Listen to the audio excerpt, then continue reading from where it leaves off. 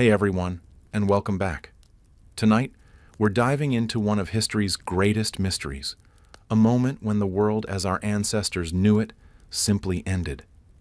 This is the story of the Bronze Age collapse, a catastrophe so complete that it took civilizations centuries to recover.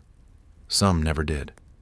Around 1200 BCE, within the span of just a few decades, nearly every major power in the eastern Mediterranean crumbled into dust. Mighty empires that had ruled for centuries vanished overnight. Cities that had bustled with trade and learning were abandoned to the wind. Writing itself disappeared from entire regions, plunging whole peoples into a dark age that would last for generations. So settle in, dim the lights, and let me tell you the story of the day civilization died, and what it teaches us about the fragility of our own world. To understand how a world could end, we must first understand how it began. The Bronze Age wasn't born in a single moment or a single place. It emerged like dawn across the ancient Near East, transforming scattered villages into kingdoms, kingdoms into empires, and empires into the first truly interconnected world. It began with fire and earth. Somewhere around 3200 BCE, craftsmen in Anatolia and the Aegean discovered that copper, when mixed with tin, created something magnificent: bronze. This wasn't just a new metal, it was a new kind of power. Bronze was harder than copper, more durable than stone, and infinitely more malleable than iron, which wouldn't be mastered for another 1,000 years. The discovery was revolutionary. A bronze axe could fell trees that had laughed at stone tools. A bronze plow could turn soil that had never known cultivation. A bronze sword could slice through leather armor like morning mist. But more than any single implement, bronze represented possibility, the chance to reshape the world according to human will. Yet bronze demanded something that would reshape civilization itself: cooperation. Copper could be found in many places. Cyprus had rich veins, as did Anatolia and the hills of Sinai. But tin was rare, precious, scattered across distant lands like drops of divine favor. The nearest reliable sources lay in the mountains of Bohemia, the mines of Cornwall, or the distant reaches of Central Asia. To make bronze, you needed trade routes spanning hundreds of miles. You needed diplomats to negotiate access. You needed ships to carry the ore and armies to protect the caravans. Bronze didn't just make better tools and weapons. It made the first global economy. And with that economy came the first global culture. In the fertile valleys between the Tigris and Euphrates, the Akkadians rose to power under their legendary king Sargon. His armies carried bronze weapons across Mesopotamia, creating the world's first multi-ethnic empire. Their cities sprawled along the great rivers, fed by canals that turned desert into garden. Here, scribes pressed wedge-shaped marks into clay tablets, creating the first great libraries, the first law codes, the first recorded history.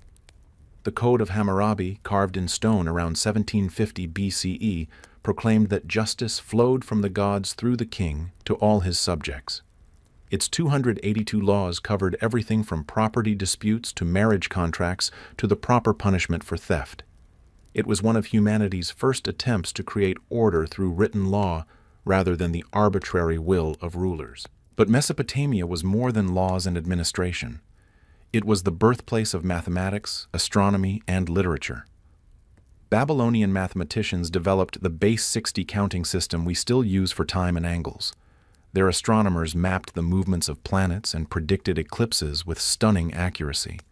Their poets composed the Epic of Gilgamesh, humanity's first great work of literature, a meditation on friendship, mortality, and the search for meaning in a world governed by capricious gods.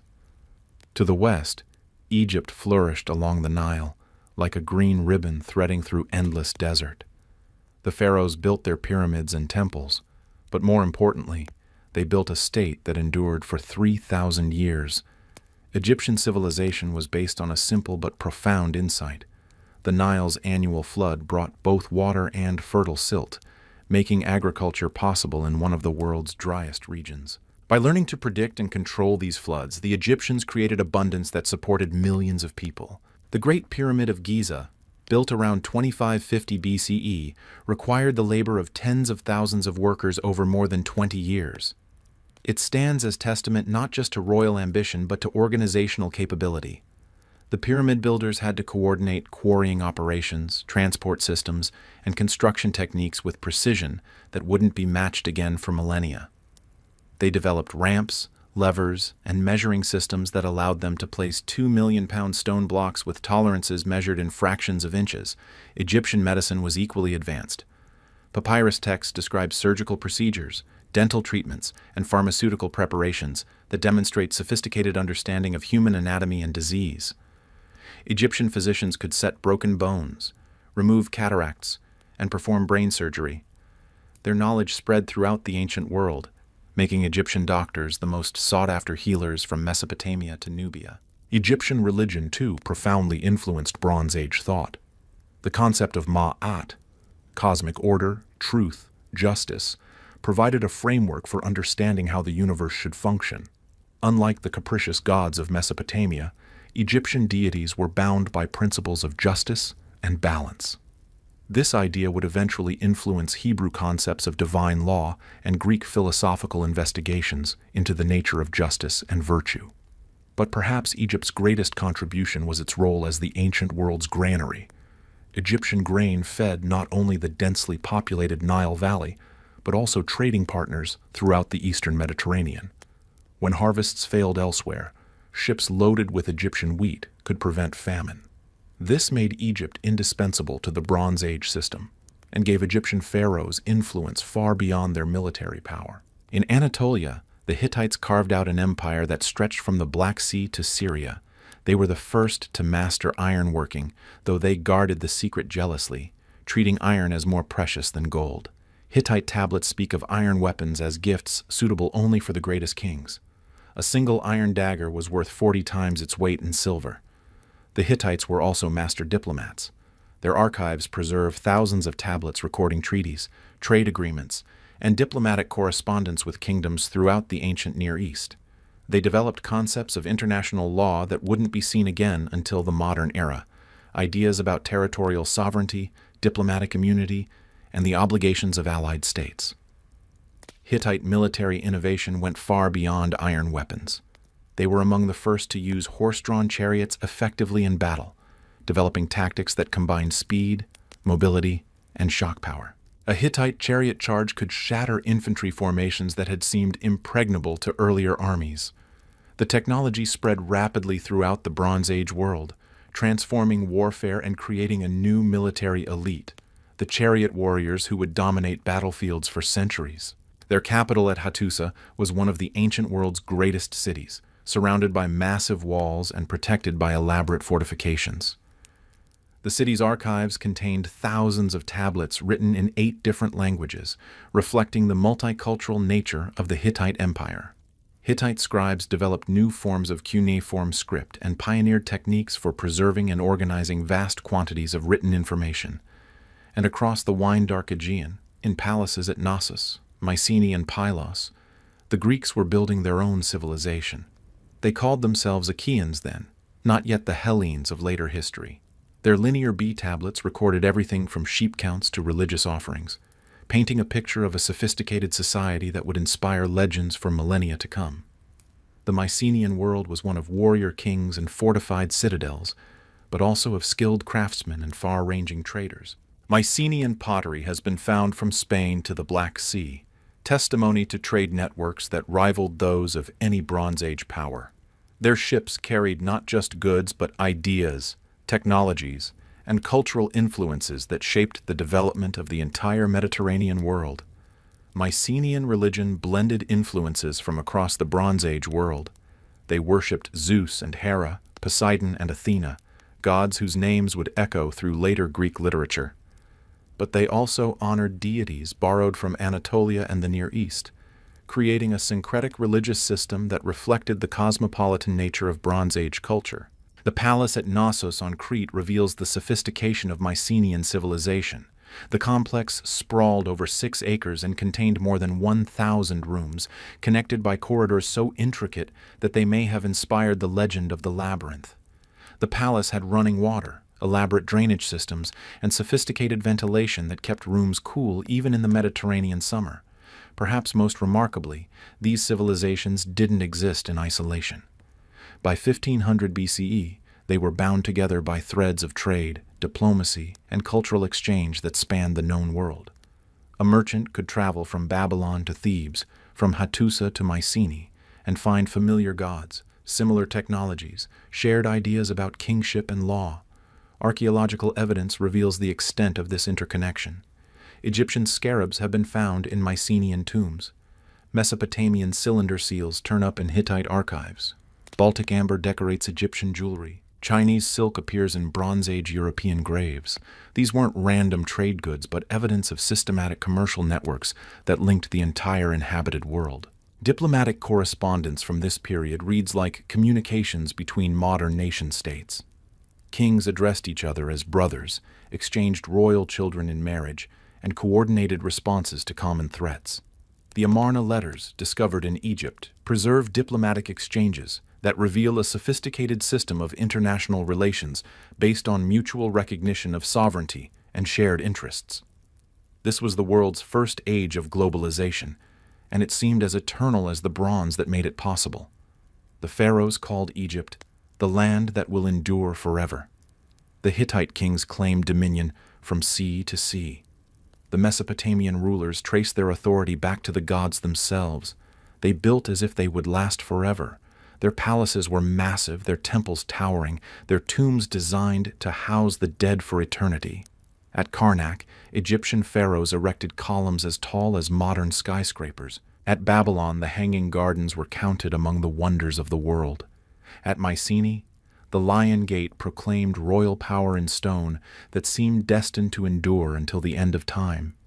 But eternity, as they would learn, was a more fragile thing than bronze. By 1400 BCE, the Bronze Age world had become something unprecedented in human history, a vast, interconnected web of commerce, diplomacy, and cultural exchange that bound disparate peoples into a single breathing organism. This wasn't just trade. This was the world's first experiment in globalization, and it was more sophisticated than anything that would exist again until the modern era. Picture the scene. In the harbor of Ugarit, on the coast of Syria, ships from a dozen different kingdoms rode at anchor. Egyptian vessels loaded with grain and gold lay beside Mycenaean galleys, heavy with pottery and perfumed oils. Cypriot traders unloaded ingots of copper shaped like ox hides, while Mesopotamian merchants counted out textiles dyed with rare purple murex shells. The docks buzzed with a dozen languages: Akkadian, the diplomatic tongue of the age; Egyptian hieroglyphs carved into wooden shipping labels; linear bees scratched onto storage jars; Hittite cuneiform pressed into clay seals. Phoenician traders shouted prices in their own tongue, while Nubian captains argued with harbor officials in broken Egyptian. Yet somehow, miraculously, it all worked. Merchants understood each other, kings negotiated treaties, and goods flowed like water across the Mediterranean and beyond. This was possible because the Bronze Age had created something remarkable: standardized systems that transcended political boundaries. Weights and measures were consistent from Babylon to Mycenae. A silver shekel in Memphis had the same value as a silver shekel in Hattusa. Cuneiform tablets found in Egyptian archives use the same mathematical notation as those discovered in Mesopotamian temples. Silver served as the universal currency, its value recognized from Egypt to Anatolia. But the monetary system was more sophisticated than simple metal exchange. Credit arrangements allowed merchants to trade without carrying vast quantities of precious metal. Letters of credit issued in Babylon were honored in Mycenaean ports. Banking houses in major trading centers maintained correspondent relationships that spanned continents. Diplomatic protocols were so well established that a Hittite king could write to an Egyptian pharaoh as "my brother," and both knew exactly what obligations that implied. The Amarna letters, discovered in the ruins of Akhenaten's capital, give us a window into this world. Here are diplomatic exchanges between the great powers: Egypt, Hatti, Assyria, Babylon, and Mitanni, that read like communications between modern nation-states. Kings complained about delayed shipments with the indignation of modern business executives. "Where is the gold you promised?" demanded the Babylonian king Bernaburish. "My messengers have been waiting in your court for months." Kadashman Enlil of Babylon wrote to Amenhotep III of Egypt, "The gold which I asked you to send has not arrived. Indeed, you have sent me very little gold. When my messengers came to you, why did you hold them back?" Royal marriages were negotiated like modern trade agreements, complete with detailed contracts specifying dowries, inheritance rights, and diplomatic obligations. When the Mitannian king Tushratta gave his daughter in marriage to Amenhotep III, the dowry included not just gold and precious stones, but also detailed lists of furniture, clothing, and even cosmetics. The bride's trousseau was inventoried with the precision of a modern insurance policy. But the system went far beyond formal diplomacy. Intelligence networks connected courts across thousands of miles. Egyptian pharaohs knew about succession crises in Babylon before the dust had settled. Hittite kings received detailed reports about military preparations in Assyria. Mycenaean rulers tracked political developments in Anatolia and the Levant. These intelligence networks were crucial because political stability in one region affected economic prosperity throughout the system. A revolution in Mitanni could disrupt trade routes to Central Asia. Piracy in the Aegean could affect grain shipments from Egypt to the Levant. The Bronze Age powers had learned that their fates were interconnected in ways that made traditional concepts of sovereignty increasingly irrelevant. Trade goods told the story of this interconnection. In the tomb of Tutankhamun, archaeologists found a dagger with an iron blade, iron that almost certainly came from Hittite sources, at a time when iron was more precious than gold. The pharaoh's burial chamber contained ivory from India, silver from Anatolia, gold from Nubia, and amber from the Baltic. It was a treasure house of the known world. The scale of this trade was staggering. The Uluburun shipwreck, discovered off the Turkish coast and dated to around 1300 BCE, carried cargo from 7 different cultures. The ship's manifest reads like a catalog of Bronze Age luxury: 10 tons of Cypriot copper, 1 ton of tin from Afghanistan, ebony logs from Africa, elephant ivory from India, amber from the Baltic, blue glass from Mesopotamia, and luxury pottery from Mycenaean workshops. But this wasn't a random collection of exotic goods. Analysis of the cargo reveals careful planning and sophisticated market knowledge. The copper was cast in standard-sized ingots that could be easily traded and transported. The tin was in the precise quantities needed to alloy with the copper to create bronze. Even the luxury items were chosen for specific markets. The glass vessels were in styles popular in Egyptian courts, while the ivory carvings reflected Mesopotamian artistic preferences. Ships were the arteries of this system, and they were marvels of engineering that wouldn't be surpassed for centuries. Bronze Age vessels could carry up to 20 tons of cargo across open seas. They used sophisticated navigation techniques, following star patterns and seasonal wind patterns that had been mapped with remarkable accuracy. The Phoenicians, in particular, developed shipbuilding techniques that allowed them to construct vessels capable of long ocean voyages. Their ships reached Britain in search of tin, traveled down the African coast in search of gold and ivory, and may have circumnavigated Africa centuries before Portuguese explorers attempted the same feat. Navigation was aided by increasingly sophisticated maps and charts. Bronze Age navigators compiled detailed knowledge of currents, wind patterns, seasonal weather, and harbor conditions. This information was jealously guarded.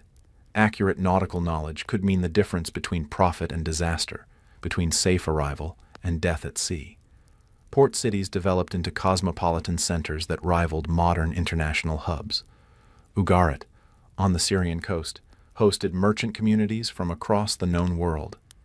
The city's archives preserve contracts written in 8 different languages and scripts.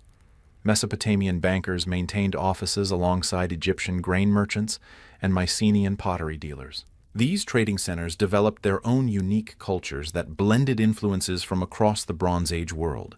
Religious practices incorporated deities from multiple pantheons.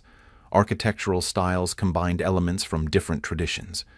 Even cuisine reflected the international character of these cities. Spices from India, wines from Greece, oils from Syria, and grains from Egypt appeared on the same tables. The economic sophistication of the system extended far beyond simple barter. Credit instruments allowed merchants to finance expeditions without carrying dangerous quantities of precious metal. Insurance arrangements protected against losses from piracy and shipwreck. Standardized contracts governed everything from shipping arrangements to mining concessions. Professional associations emerged to regulate trade and maintain quality standards. Merchants belonged to guilds that controlled access to certain markets and guaranteed the authenticity of their products. These organizations developed their own legal systems for resolving disputes and enforcing contracts. They maintained hostels and warehouses in major trading centers, creating an infrastructure that supported long-distance commerce. But the system had a critical vulnerability that no one recognized at the time. It was all connected. Every kingdom depended on the others for essential resources. Egypt needed Levantine timber for its ships and temples. The Hittites required Mesopotamian tin for their bronze weapons.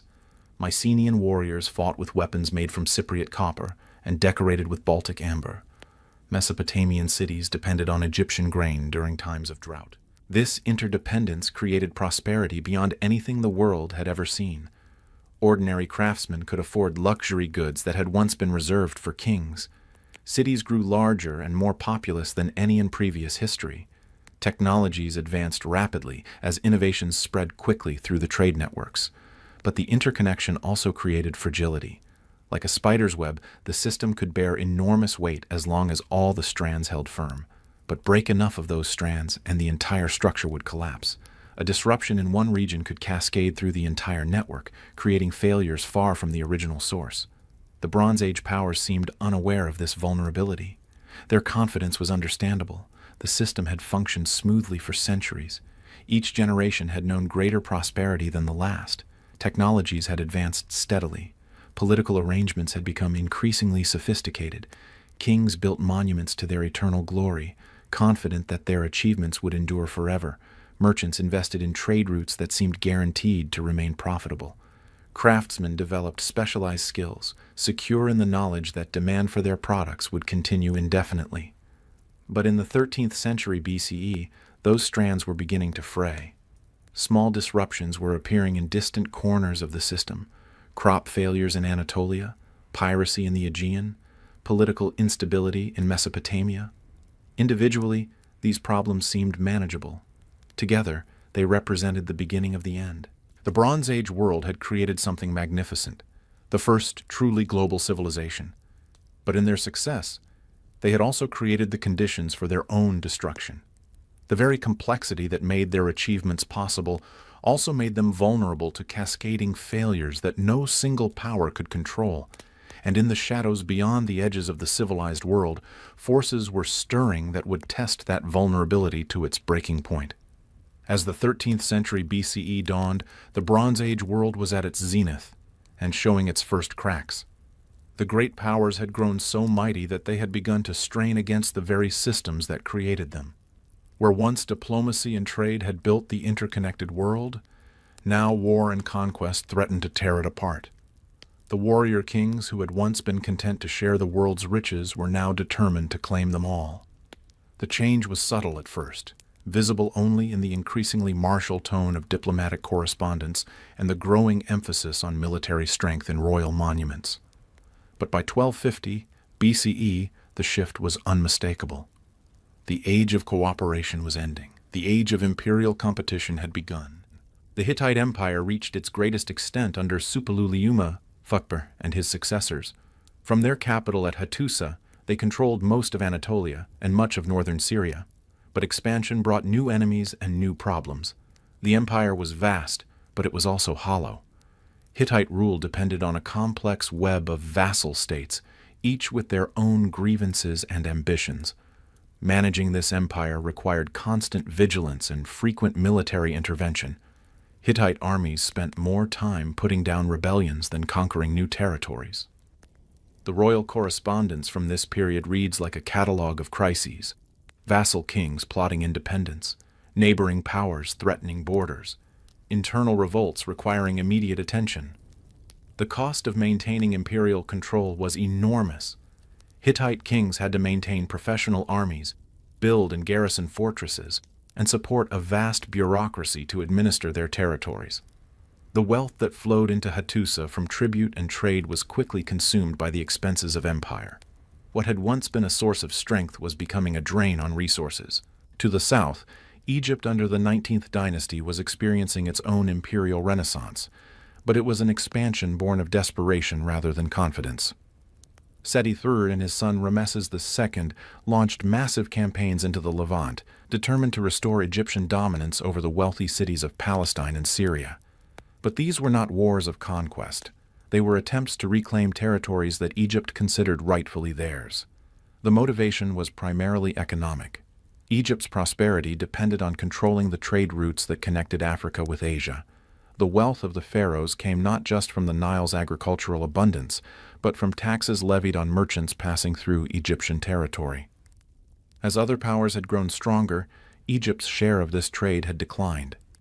Military action seemed the only way to restore Egyptian economic dominance. Ramesses II, the greatest of the warrior pharaohs, understood that Egypt's survival depended on projecting power far beyond its borders. He built monuments that dwarfed even the pyramids, Abu Simbel, Karnak, the Great Hall at Luxor, each one a statement carved in stone. Egypt was eternal. Egypt was supreme, and anyone who challenged Egyptian power would face the wrath of the gods. But the monuments also revealed the underlying anxiety of the age. These weren't celebrations of secure power, but desperate assertions of dominance by rulers who felt their authority slipping away. The very size of Ramesses's monuments betrayed his insecurity. Only a king who doubted his own strength would need to proclaim it so loudly. The most telling moment came at Kadesh in 1274 BCE, when Egyptian and Hittite armies met in what may have been the largest chariot battle in history. Ramesses II brought perhaps 20,000 men, including 2,500 chariots, a mobile fortress of bronze and horseflesh that represented the pinnacle of Bronze Age military technology. The Hittite king Muwatalli II commanded forces of similar size, drawn from across his empire. Anatolian veterans marched alongside Syrian auxiliaries and Mesopotamian mercenaries. The army that faced the Egyptians at Kadesh was a demonstration of the Hittite Empire's reach and diversity, but also of its growing dependence on foreign troops and hired swords. For a day, the fate of the ancient world hung in the balance as bronze weapons clashed and chariot wheels churned the Syrian dust. The battle swayed back and forth, with both sides claiming victory in their official accounts. Egyptian records describe Ramesses personally leading charges that broke Hittite lines. Hittite tablets speak of tactical brilliance that forced the Egyptians to retreat. The truth was probably less heroic, a brutal, confused melee that ended in exhaustion rather than victory. The battle ended in stalemate, but the aftermath was more significant than the fighting. Both empires had committed enormous resources to the campaign. Both had suffered heavy casualties. Both had demonstrated their military capabilities and their limitations. Neither could afford another such confrontation. 13 years later, Ramesses II and the Hittite king Hattusili III signed the world's first recorded peace treaty, a document so important that copies were archived in both Hattusa and Memphis, written in Akkadian and carved into the walls of Karnak. The treaty established fixed borders, mutual defense agreements, and procedures for extraditing fugitives. It was a sophisticated document that recognized both parties as equals and established principles that would be familiar to modern diplomats. But the treaty also revealed the weakness of both empires. The language spoke of brotherhood and eternal peace, but the subtext was exhaustion. Both powers had reached the limits of their expansion. Neither could afford to continue the struggle. The peace was born not of strength, but of mutual recognition that neither could destroy the other without destroying themselves. Meanwhile, Assyria was rising like a storm cloud in the east. Under kings like Tiglath-Pileser I and Shalmaneser I, the Assyrians perfected the art of siege warfare and administrative brutality. They conquered not just to extract tribute, but to reshape entire populations to their will. Defeated enemies were deported to distant lands, their identities dissolved in the Assyrian melting pot. Assyrian warfare was different from the chivalrous combat of earlier eras. Where Bronze Age battles had often been decided by single combat between heroes or formal duels between chariot warriors, Assyrian campaigns were exercises in systematic destruction. Cities that resisted were not just conquered but obliterated. Populations that rebelled were not just defeated but erased. The Assyrians developed new technologies of control that went far beyond military conquest. They created the ancient world's first secret police, networks of informants and agents who monitored subject populations for signs of disloyalty. They perfected techniques of psychological warfare, using terror and brutality not just to defeat enemies, but to prevent future resistance. Their military innovations were equally revolutionary. Assyrian engineers developed battering rams, siege towers, and tunneling techniques that could breach the strongest fortifications. Their armies were the first to use iron weapons systematically, giving them decisive advantages over enemies still dependent on bronze. They organized their forces with professional efficiency that wouldn't be matched until the Roman era. But perhaps most importantly, the Assyrians understood that empire in the Iron Age required more than military conquest. They developed administrative systems that could govern vast, diverse populations. They created legal codes that applied uniformly across their territories. They built road networks that allowed rapid communication and troop movement. They were not just conquerors, but empire builders in the fullest sense. The Mycenaean world, too, was changing in response to these new pressures. The great palaces at Pylos, Tiryns, and Mycenae itself were growing larger and more complex, but they were also becoming more militarized. Linear B tablets from this period reveal an increasingly martial society where every resource was dedicated to warfare and defense. Palace records catalog weapons with obsessive detail. So many spears, so many chariots, so many suits of armor. Population registers list not just farmers and craftsmen, but watchers of the coast and followers, probably military retainers. The bureaucracy that had once managed trade and agriculture was being reorganized around military needs. Archaeological evidence suggests that around 1300 BCE, many Mycenaean sites began building or strengthening their walls. At Mycenae, the famous Lion Gate was constructed, its massive stones fitted together without mortar in the Cyclopean style that would inspire legends of giants. The gate's name derives from the relief carving above it, two lions flanking a column, symbols of royal power and divine protection. But these walls were not built to project power.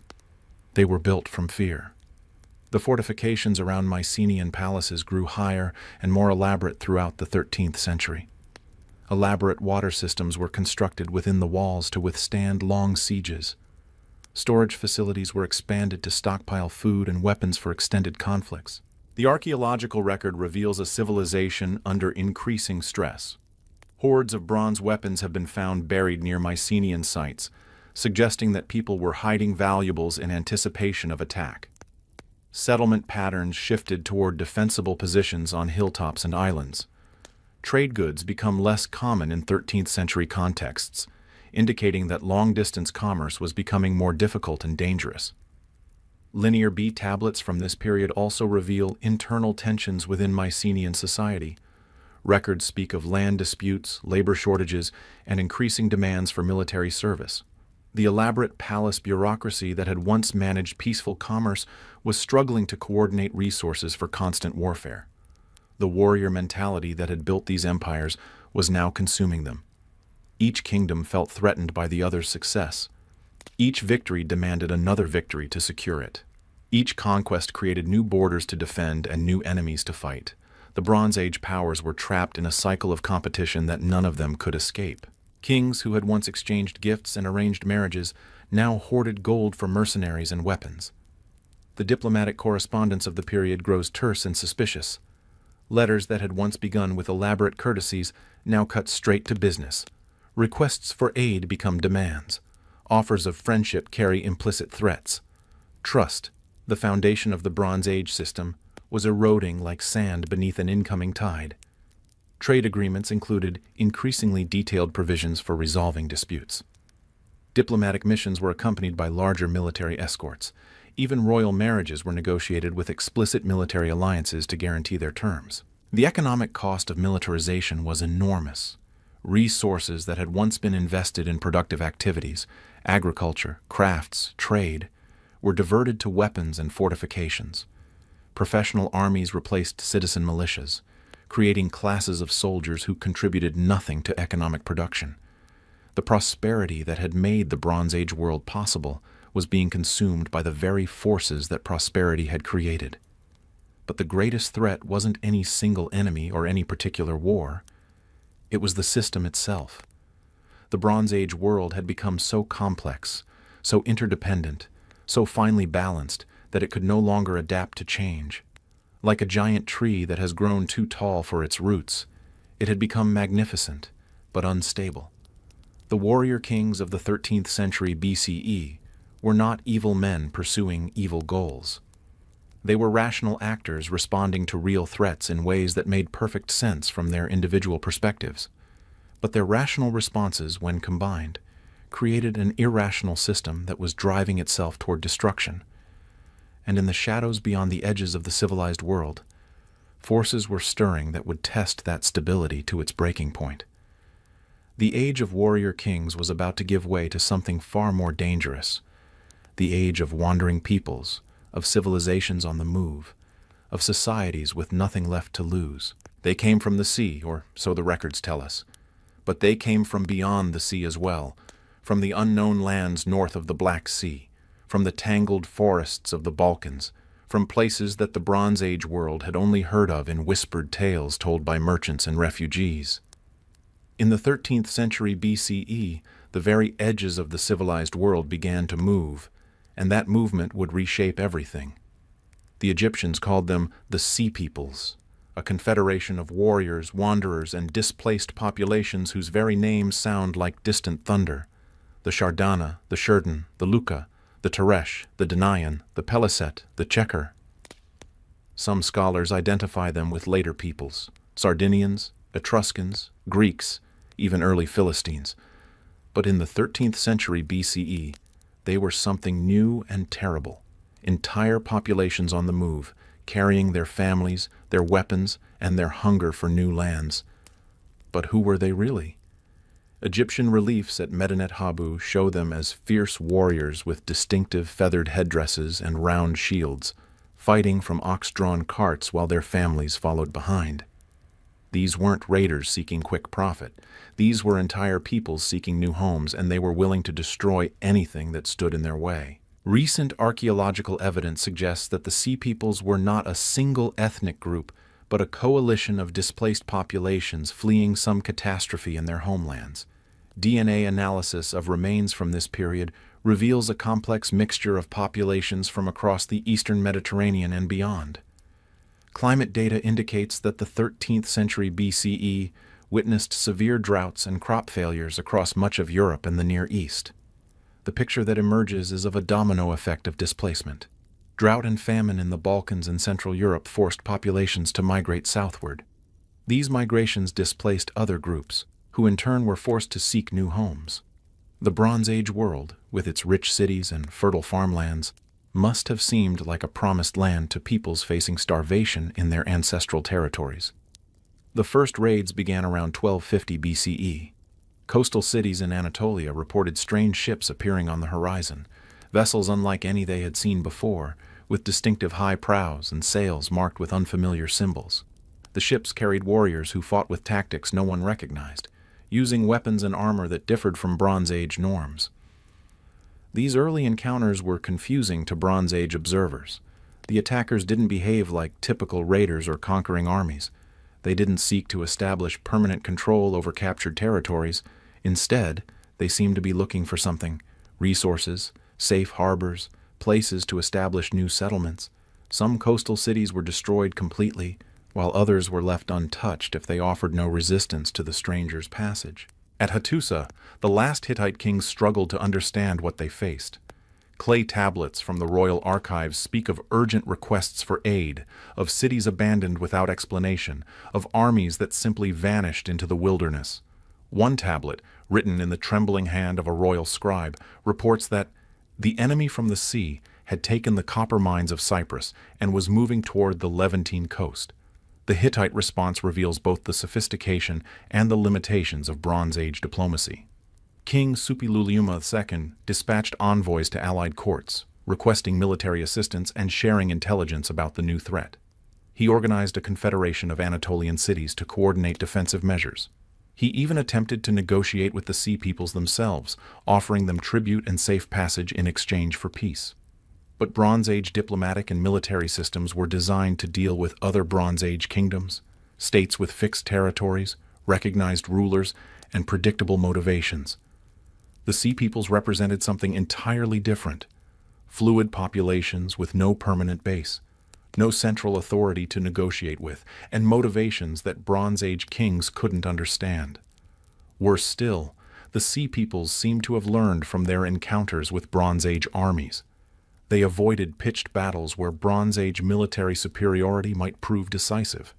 Instead, they used hit-and-run tactics, striking at vulnerable targets and disappearing before defensive forces could respond. They targeted economic infrastructure, ports, granaries, workshops, rather than military installations. The psychological impact was as devastating as the physical destruction. Bronze Age civilization was built on the assumption of stability and continuity. Kings ruled from permanent capitals. Merchants followed established routes. Craftsmen worked in hereditary trades. The Sea Peoples represented chaos, unpredictable, unstoppable forces that threatened the very foundation of civilized life. But the Sea Peoples were not the only force reshaping the ancient world. From the steppes north of the Black Sea came new waves of Indo-European migrations. These were descendants of the same peoples who had brought chariots and bronze working to the civilized world centuries earlier. But now they came not as merchants or mercenaries, but as conquerors seeking to claim what their ancestors had helped to build. Archaeological evidence from the Balkans and Central Europe reveals massive population movements during the 13th and 12th centuries BCE. Entire cultures disappear from the archaeological record, replaced by new material cultures with different pottery styles, burial practices, and settlement patterns. Traditional dating methods suggest these changes happened over decades rather than centuries, a pace of transformation that implies violent displacement rather than gradual cultural evolution. The new arrivals brought with them technologies and tactics that gave them advantages over settled populations. They were skilled horsemen at a time when cavalry was still rare in Bronze Age armies. They used iron weapons while their enemies still depended primarily on bronze.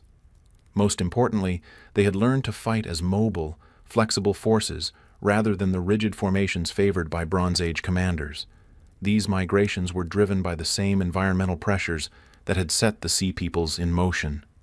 Paleoclimatic evidence indicates that around 1200 BCE, much of Europe experienced a period of cooling and increased rainfall that disrupted traditional agricultural patterns.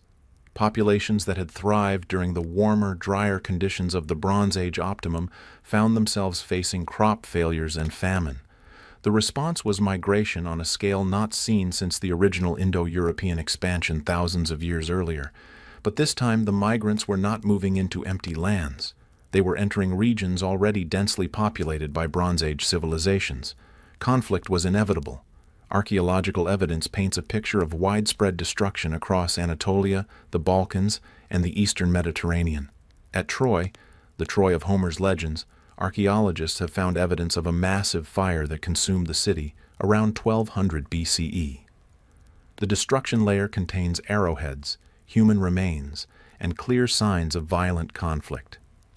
But the attackers left no trace of their own identity, and the city was quickly rebuilt by people whose material culture differed significantly from their predecessors. At Mycenae, the great palace complex was abandoned suddenly, its linear B tablets baked hard by flames that swept through the administrative quarters.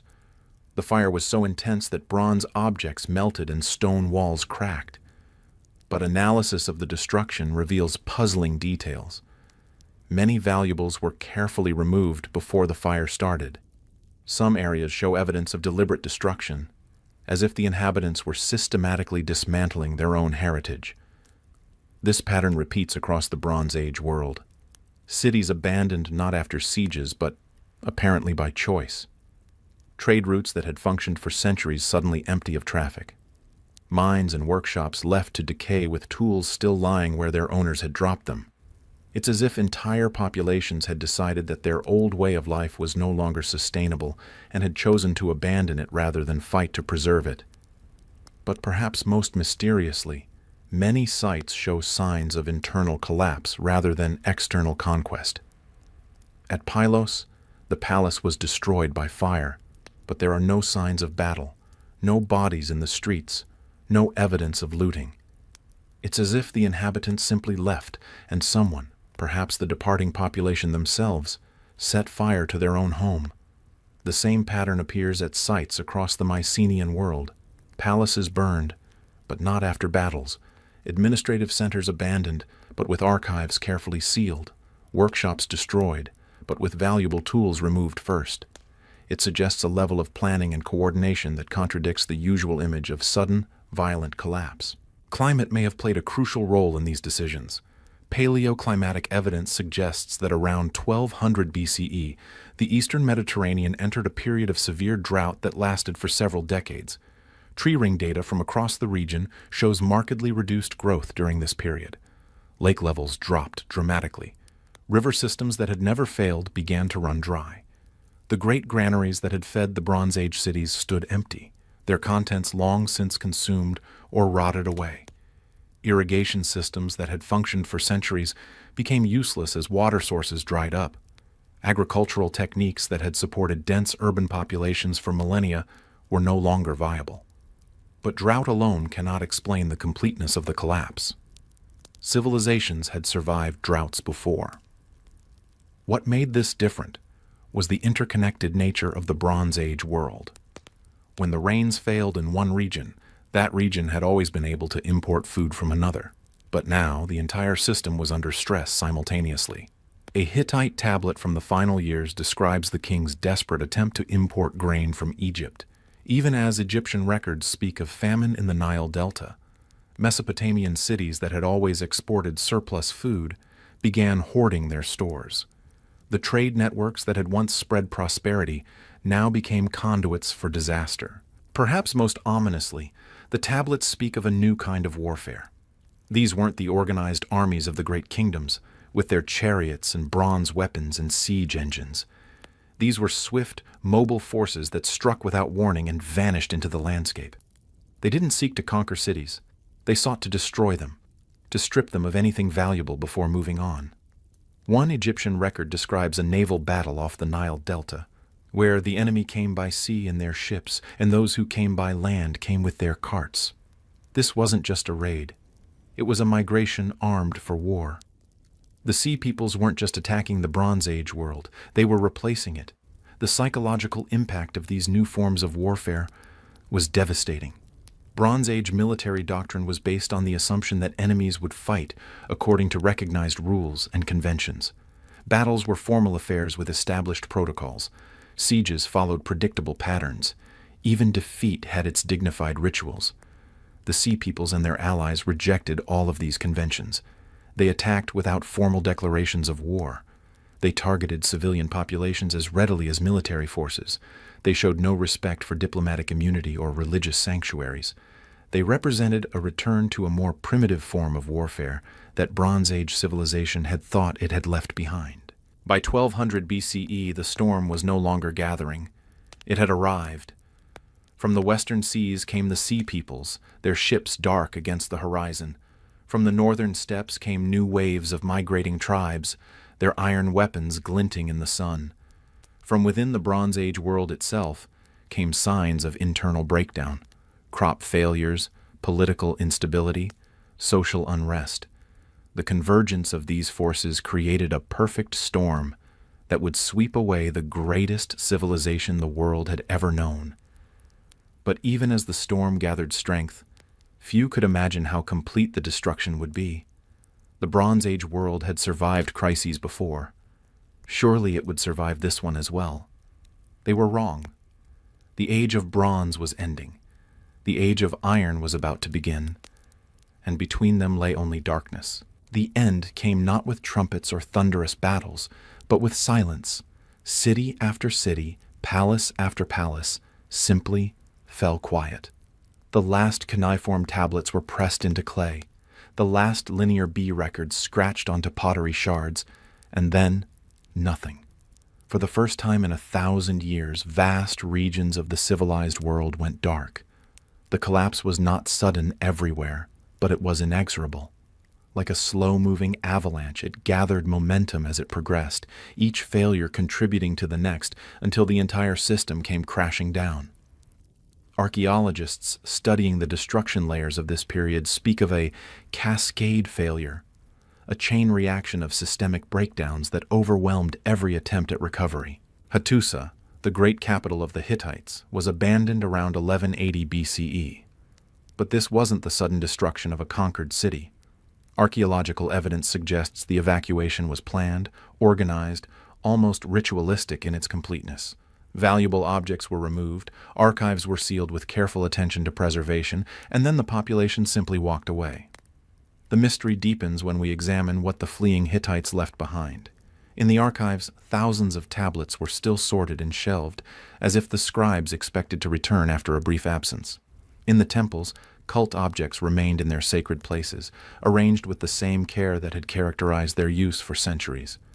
In the royal quarters, everyday objects, pottery, tools, furniture, sat where they had been left, gathering dust in the gathering darkness. The royal archives preserve the final months of the Hittite Empire in remarkable detail.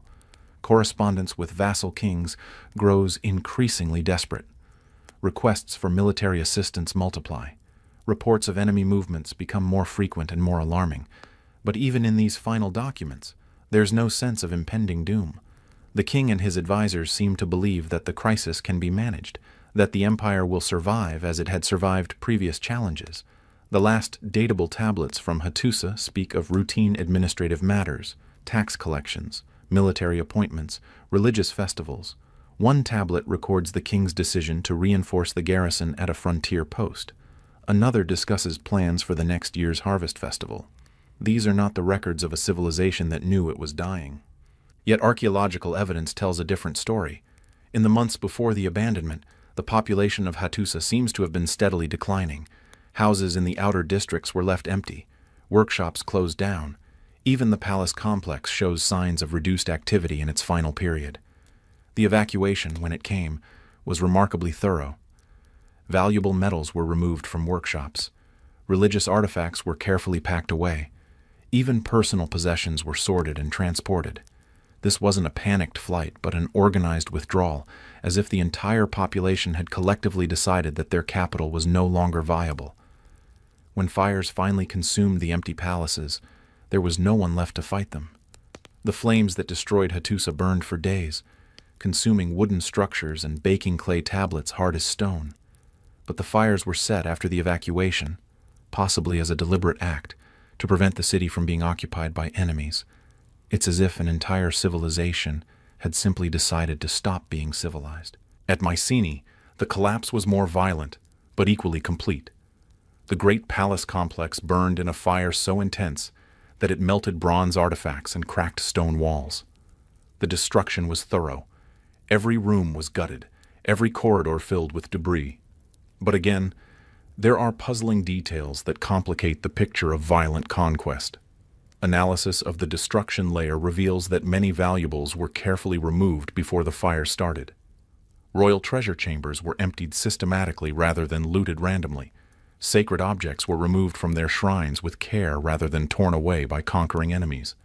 Some areas show evidence of deliberate destruction, as if the inhabitants were systematically dismantling their own heritage.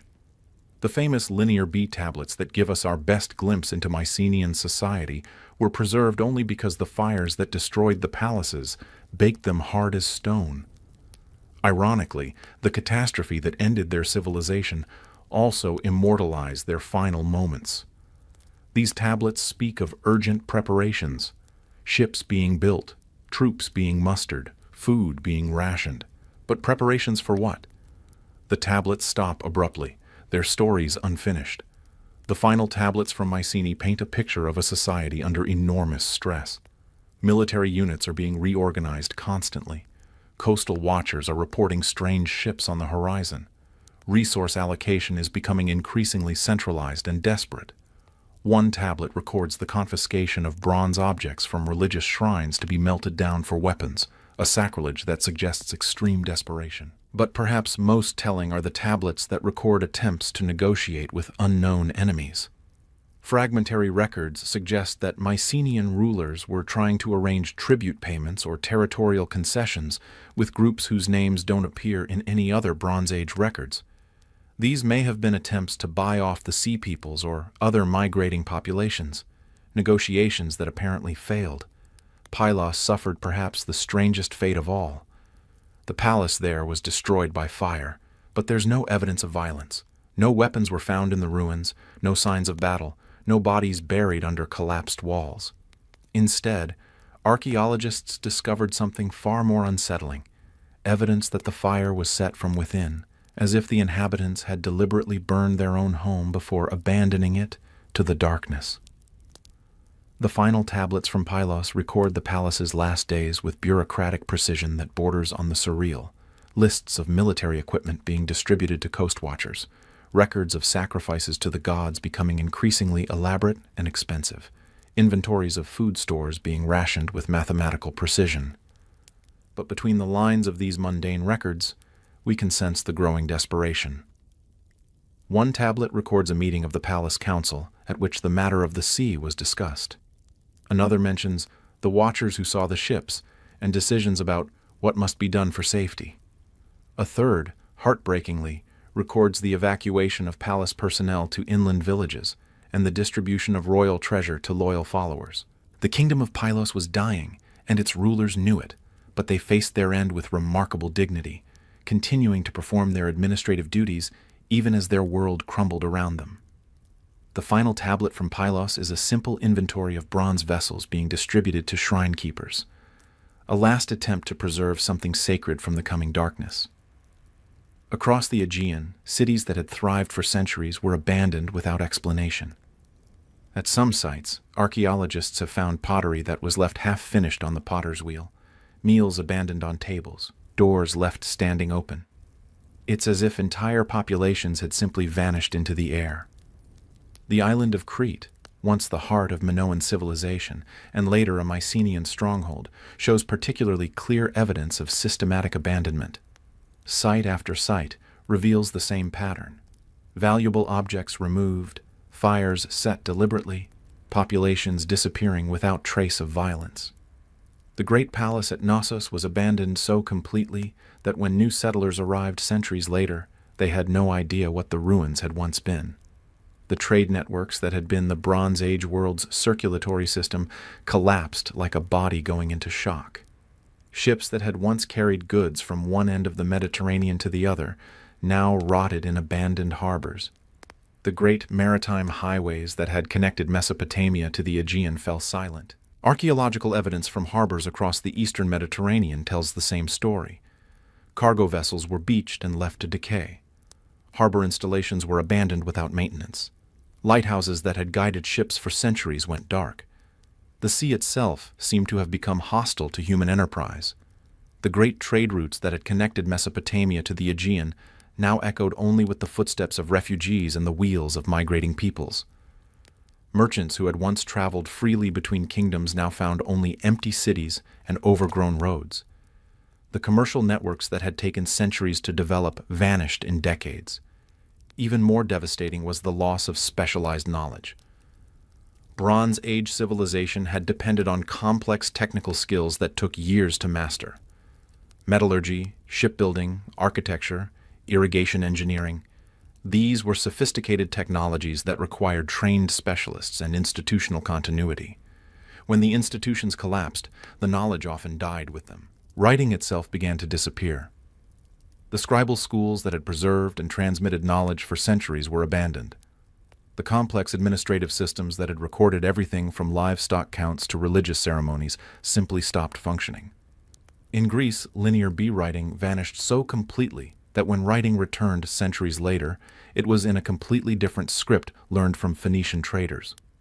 The loss was particularly tragic because Bronze Age civilizations had created the world's first systematic attempts to preserve knowledge. Libraries in Mesopotamia contained hundreds of thousands of tablets covering subjects from astronomy to medicine to literature. The The destruction of these collections was one of history's greatest intellectual catastrophes. Archives that had preserved diplomatic correspondence, legal codes, and administrative records for centuries were either destroyed or abandoned to decay. The institutional memory that had allowed Bronze Age kingdoms to function was lost almost overnight. Future generations would have to rediscover techniques and knowledge that had once been commonplace. Perhaps most tragic of all was the loss of historical memory. The Bronze Age civilizations had created the world's first historical records, the first attempts to preserve the deeds of kings and the words of gods for future generations. Now those records were buried under ash and debris, their stories forgotten. The great king lists of Mesopotamia, which had preserved the names and deeds of rulers stretching back to the dawn of civilization, came to an abrupt end. The religious texts that had codified humanity's earliest attempts to understand the divine were sealed away in ruined temples.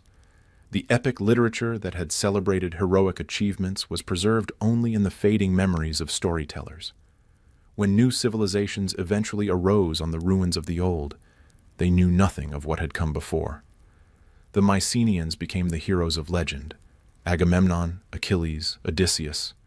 But the real Mycenaeans, the people who had built palaces and written laws and traded across the known world, were lost forever. By 1100 BCE, the Bronze Age world was gone.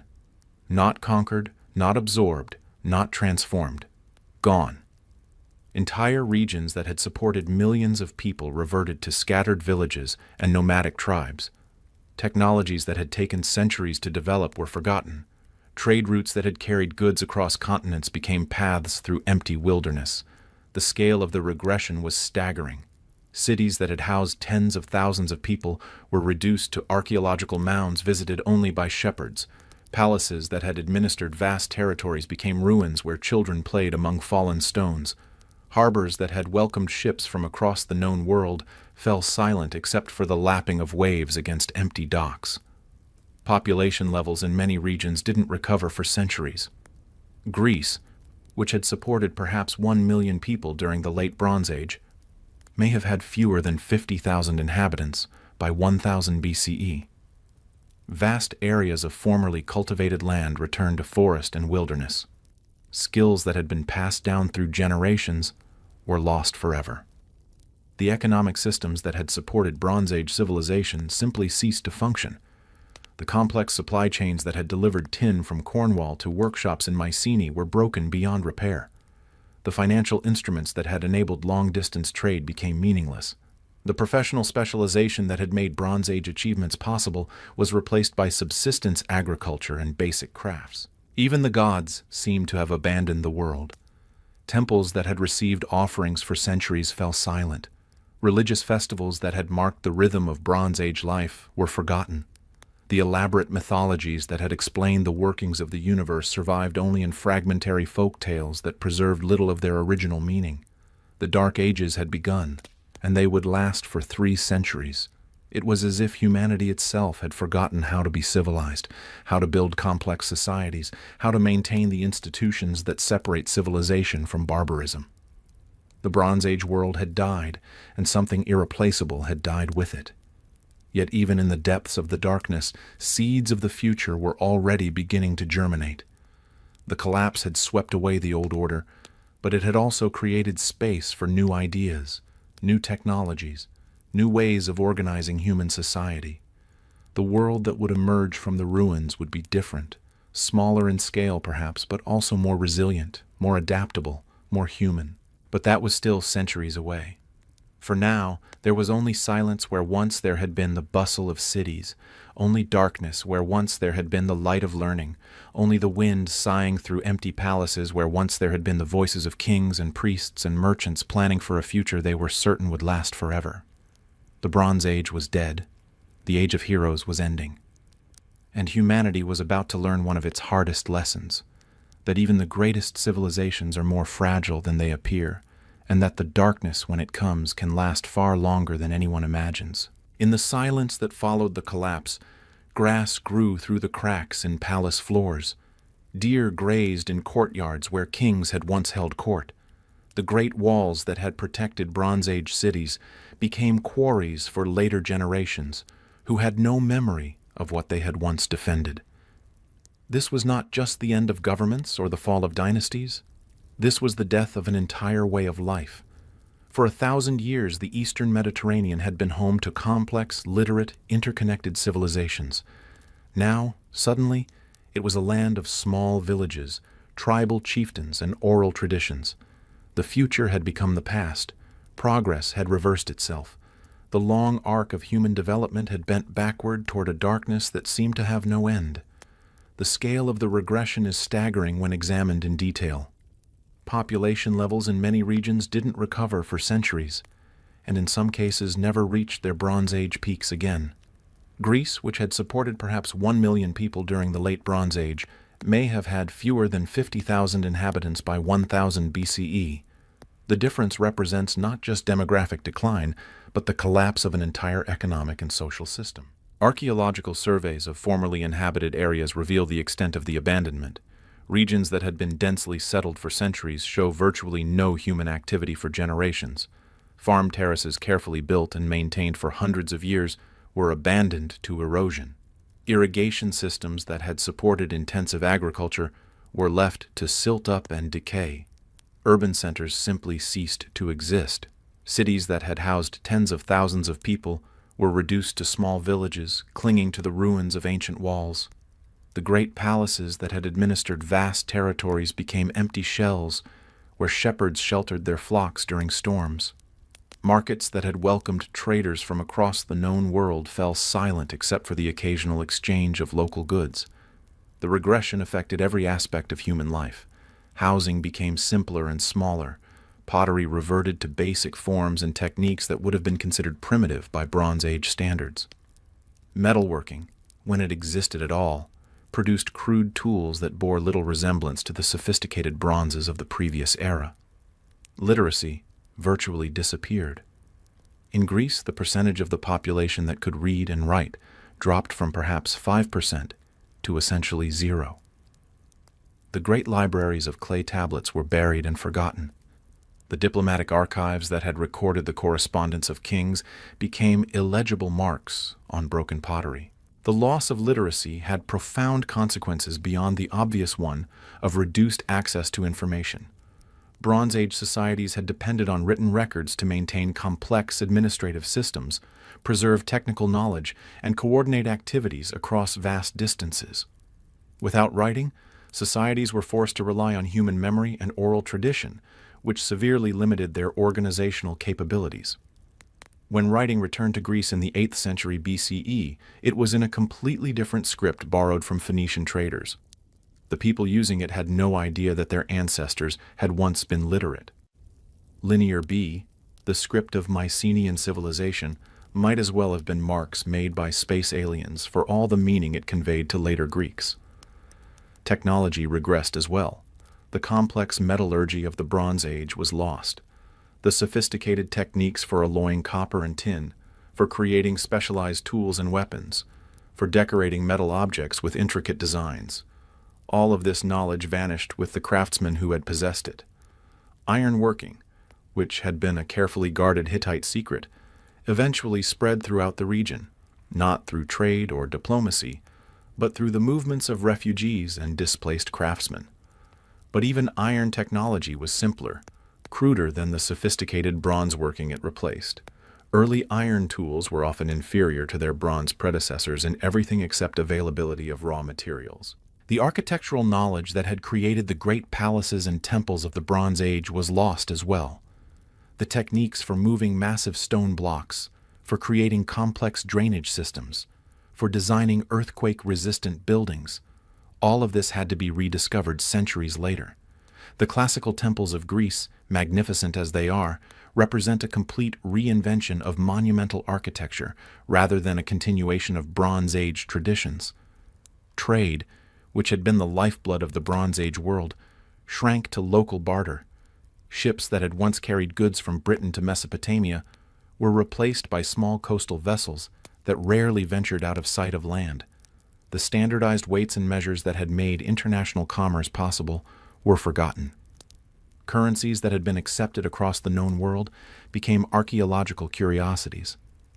The contraction of trade had cascading effects throughout society. Specialized crafts that had depended on imported materials disappeared. Regional economies that had been integrated into international networks reverted to subsistence production. The prosperity that had supported urban populations and professional classes evaporated. Perhaps most significantly, the very concept of the state began to disappear. The Bronze Age had seen the development of sophisticated administrative systems, professional armies, and centralized governments that could coordinate activities across vast territories. These institutions required literate bureaucracies, regular taxation, and complex legal systems, all of which became impossible to maintain in the post-collapse world. Power reverted to local strongmen who controlled no more than a day's march from their hilltop fortresses. These petty warlords bore little resemblance to the great kings of the Bronze Age. They had no bureaucracies to administer distant territories, no professional armies to project power beyond their immediate vicinity, no diplomatic services to negotiate with foreign powers. The political fragmentation had profound cultural consequences. The Bronze Age world had been characterized by remarkable cultural unity despite political divisions. Similar artistic styles, religious concepts, and technological innovations appeared across vast distances, spread through the networks of trade and diplomacy that connected the civilized world. This cultural unity disappeared along with the networks that had sustained it. Regional cultures became increasingly isolated and distinctive. Artistic traditions that had once shared common themes and techniques diverged into styles that had little in common. Religious practices that had once been variations on shared themes became entirely separate traditions. Even language began to fragment. The Bronze Age world had been characterized by widespread multilingualism and the use of common diplomatic languages like Akkadian. In the post-collapse world, linguistic communities became isolated from each other, leading to rapid divergence in vocabulary, grammar, and pronunciation. Yet human memory is strange and resilient. Even as the Bronze Age world faded into legend, echoes of its glory survived in oral traditions that would eventually become some of humanity's greatest stories. The process by which historical fact was transformed into mythological narrative reveals something profound about how human beings process trauma and loss. The Iliad and the Odyssey, composed centuries after the collapse, preserve shadowy memories of the Mycenaean world. The heroes fight with bronze weapons, live in great palaces, and sail in ships with detailed knowledge of Mediterranean geography. The poems describe a world of international conflict and diplomacy that clearly reflects Bronze Age realities. Yet these epic poems also reveal how thoroughly the Bronze Age world had been forgotten. Homer's heroes inhabit a fantasy landscape where gods intervene directly in human affairs, and warriors fight single combats before massed armies. The complex diplomatic and economic systems that had actually governed the Bronze Age world are invisible. What remained was the myth of a heroic age when men were closer to the gods and their deeds were worthy of eternal song. The transformation of history into myth was not accidental. Oral traditions served different functions than written records. Where written history preserved factual details for administrative purposes, oral tradition preserved meaning for cultural purposes. The collapse of the Bronze Age had been traumatic, confusing, and ultimately incomprehensible to those who lived through it. Myth made it comprehensible by transforming it into a story of divine will and heroic action, and other memories survived in different forms. The biblical accounts of the conquest of Canaan may preserve folk memories of the upheavals that followed the Bronze Age collapse. The mysterious peoples of the sea who disrupted Egypt reappear in various forms throughout the folklore of the Eastern Mediterranean. Archaeological evidence sometimes confirms details preserved in oral traditions that seemed purely mythological. The process of mythologization was selective. What survived in legend was the glory, the heroes, the great deeds, the golden age when gods walked among men. What was lost was the mundane reality, the bureaucrats and merchants, the scribes and craftsmen, the ordinary people who had built and maintained the first truly global civilization. Even today, Archaeologists sometimes find that local legends about ancient ruins contain kernels of historical truth that have been passed down through 3,000 years of oral tradition. A village story about the king's house sometimes leads to the discovery of Bronze Age palace remains. A folk tale about a great battle can point toward archaeological evidence of ancient destruction. But memory is also selective and transformative. The Bronze Age collapse was remembered not as a systems failure or an environmental catastrophe, but as a time when heroes and monsters walked the earth. The complex economic and political causes of the collapse were forgotten, replaced by stories of divine anger and heroic warfare. In the villages that sprouted among the ruins, life went on, but it was a different kind of life. Children were born and grew up knowing nothing of the great world their ancestors had inhabited. They learned to farm small plots instead of managing vast estates. They traded sheep and pottery instead of gold and ivory. They told stories around fires instead of reading from libraries. These Dark Age communities were not necessarily miserable. The Bronze Age world, for all its achievements, had been a place of stark inequality, where kings lived in palaces while peasants struggled in hovels. The collapse may have been devastating for the elite, but for many ordinary people, life in a Dark Age village may not have been worse than life in a Bronze Age city. Still, something irreplaceable had been lost. The Bronze Age collapse was not just the fall of governments or the decline of trade. It was the first great failure of human ambition, the first proof that civilization itself was fragile, temporary, dependent on forces beyond any individual's control. The loss of accumulated knowledge was particularly tragic. Bronze Age civilizations had developed sophisticated understanding in fields ranging from mathematics and astronomy to medicine and engineering. Medical texts from Mesopotamia describe surgical procedures that wouldn't be performed again for centuries. Mathematical techniques developed by Babylonian scribes were lost and had to be rediscovered by later cultures. The loss extended to practical knowledge as well. Agricultural techniques that had supported dense populations were forgotten. Craft skills that had produced objects of remarkable beauty and sophistication disappeared. Even basic technologies like making soap or preserving food had to be redeveloped from scratch in many regions. Perhaps most significantly, the institutional knowledge that had made complex societies possible was lost. The Bronze Age had developed sophisticated concepts of law, administration, and diplomacy that represented centuries of accumulated wisdom about how to organize human communities. These concepts had to be reinvented by later civilizations, often with great difficulty and considerable trial and error. The silence between worlds had taught humanity its first great lesson in humility. The Bronze Age collapse demonstrated that human achievements, no matter how impressive, were not permanent. Civilizations could fall. Knowledge could be lost. Progress could be reversed. The assumptions that had governed Bronze Age thinking, that the future would be better than the past, that knowledge once gained would never be lost, that civilization was humanity's natural destiny, had all proved false.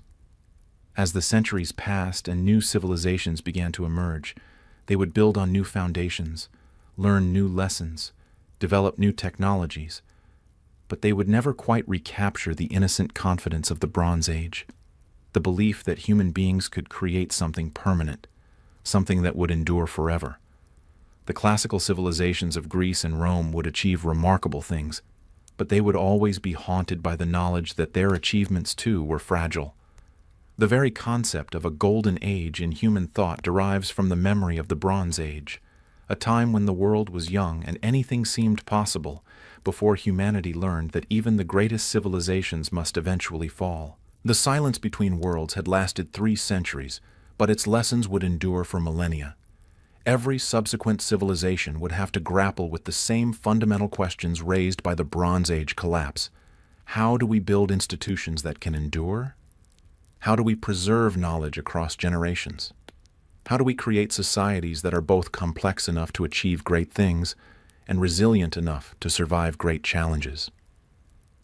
These questions remain relevant today as we face our own moment of potential civilizational crisis. The Bronze Age collapse reminds us that no human achievement is guaranteed to endure, that complexity brings vulnerability as well as capability, and that the price of civilization is eternal vigilance against the forces that would tear it down. But the silence also reminds us of human resilience. Even the most complete collapse was not the end of humanity. New civilizations arose from the ashes of the old, often more resilient and adaptable than their predecessors. The silence between worlds was not permanent. It was a pause, a time of gestation, a necessary darkness before a new dawn. From the ashes of the Bronze Age collapse, something unexpected began to emerge. Not immediately, the darkness would last for 3 centuries, but gradually, like shoots of green life pushing through the cracks in old stone. The world that would rise from the ruins would be different, smaller in scale, but perhaps more resilient, more adaptable, more human in its proportions. The first signs of renewal appeared not in the old centers of power, but in the margins. While Mycenae and Hattusa lay abandoned, new communities were taking root in places that had been peripheral to the Bronze Age world. In Phoenicia, along the coast of what is now Lebanon, descendants of the Canaanite peoples who had lived in the shadow of the great empires found themselves free for the first time in centuries. The Phoenicians were survivors in the truest sense. They had weathered the collapse better than most because they had never depended entirely on the palace-centered economy that had characterized the Bronze Age world. They had always been traders and craftsmen, operating in the spaces between the great powers. When those powers collapsed, the Phoenicians found their skills more valuable than ever. By 1000 BCE, Phoenician ships were once again crossing the Mediterranean, but this time carrying not tribute to distant kings, but goods for their own profit. What the Phoenicians created was revolutionary, the first truly commercial civilization. Unlike the Bronze Age kingdoms, which had been held together by royal power and religious authority, Phoenician society was bound together by contracts and mutual benefit. The transformation was gradual but profound. Instead of owing allegiance to divine kings, Phoenician merchants owed obligation only to their business partners and their city-states. Instead of following trade routes established by royal decree, they sought out new markets and new opportunities based on profit potential. Instead of producing goods to specifications set by palace bureaucrats, they manufactured products designed to appeal to the broadest possible range of customers. This commercial orientation led to remarkable innovations. Phoenician shipbuilders developed vessels that were larger, more seaworthy, and more efficient than their Bronze Age predecessors. These ships could carry bigger cargoes over longer distances with smaller crews. They incorporated design elements learned from maritime traditions across the Mediterranean, creating a new synthesis that was superior to any single tradition. Phoenician traders also developed new business practices that would become standard in later commercial civilizations. They created systems of credit that allowed merchants to finance expeditions without carrying dangerous quantities of precious metal. They established trading posts and warehouses in strategic locations that served as bases for further expansion. They developed standardized weights, measures, and quality marks that allowed customers to trust their products. But perhaps most importantly, the Phoenicians democratized knowledge. The complex writing systems of the Bronze Age, hieroglyphs, cuneiform, linear B, had been the exclusive domain of trained scribes who spent years learning hundreds of different signs. These systems were designed for palace bureaucracies, not for commercial use. The Phoenicians developed something much simpler, an alphabet of just 22 letters that could represent any word in their language. The genius of this system was its simplicity. A merchant's son could learn to read and write in months rather than years. Business records could be kept by anyone with basic literacy. Commercial correspondence could be conducted without hiring professional scribes. This alphabetic writing spread like wildfire throughout the Mediterranean world. The Greeks adapted it for their own language, adding vowels to create the alphabet we still use today. From Greece, it spread to Rome and eventually to the rest of Europe. From Phoenicia, it traveled to Arabia and North Africa. For the first time in human history, literacy was no longer the monopoly of a priestly or bureaucratic class. The democratization of literacy had profound social and political consequences. When only trained scribes could read and write, knowledge and power were concentrated in the hands of small elites. When ordinary merchants and craftsmen could become literate, the basis of authority shifted from hereditary status to demonstrated competence. This shift was particularly evident in Phoenician cities like Tyre and Sidon, where political power came to be exercised by councils of successful merchants rather than hereditary kings. These were not democracies in the Athenian sense, but they were more egalitarian than any Bronze Age kingdom. Success in business, rather than birth into the right family, became the path to political influence. Meanwhile, in the highlands of Anatolia and the Caucasus, smiths were perfecting the techniques of ironworking that the Hittites had guarded so jealously. The collapse had scattered Hittite craftsmen across the region, carrying their knowledge with them as they sought new homes and new patrons. What had once been a state secret became common knowledge as displaced metalworkers taught their skills to anyone willing to learn. Iron was not initially superior to bronze. Early iron weapons were often inferior to good bronze ones. Iron rusts where bronze does not. Iron is harder to cast into complex shapes. Iron requires higher temperatures and more sophisticated furnaces than bronze. But iron had one crucial advantage. The raw materials were widely available. Bronze required tin, which was rare and came from distant sources. A kingdom that wanted bronze weapons had to maintain trade routes spanning hundreds or thousands of miles. Iron ore, by contrast, could be found almost everywhere. Bog iron could be collected from marshes. Iron ore could be mined from local deposits. Meteoritic iron could be worked with relatively simple techniques. The spread of iron technology was therefore not just technological but political. A village that could make its own weapons was no longer dependent on trade networks controlled by distant empires. A farmer with an iron plow could clear forests and cultivate marginal lands that had never supported agriculture before. Iron was the technology of independence. The political implications were enormous. Bronze Age power had been concentrated in the hands of those who controlled the trade networks that supplied tin. Iron Age power was distributed among anyone who could establish a forge and acquire basic metallurgical skills.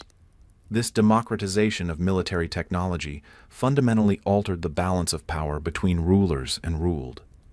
The transition from bronze to iron also had economic consequences.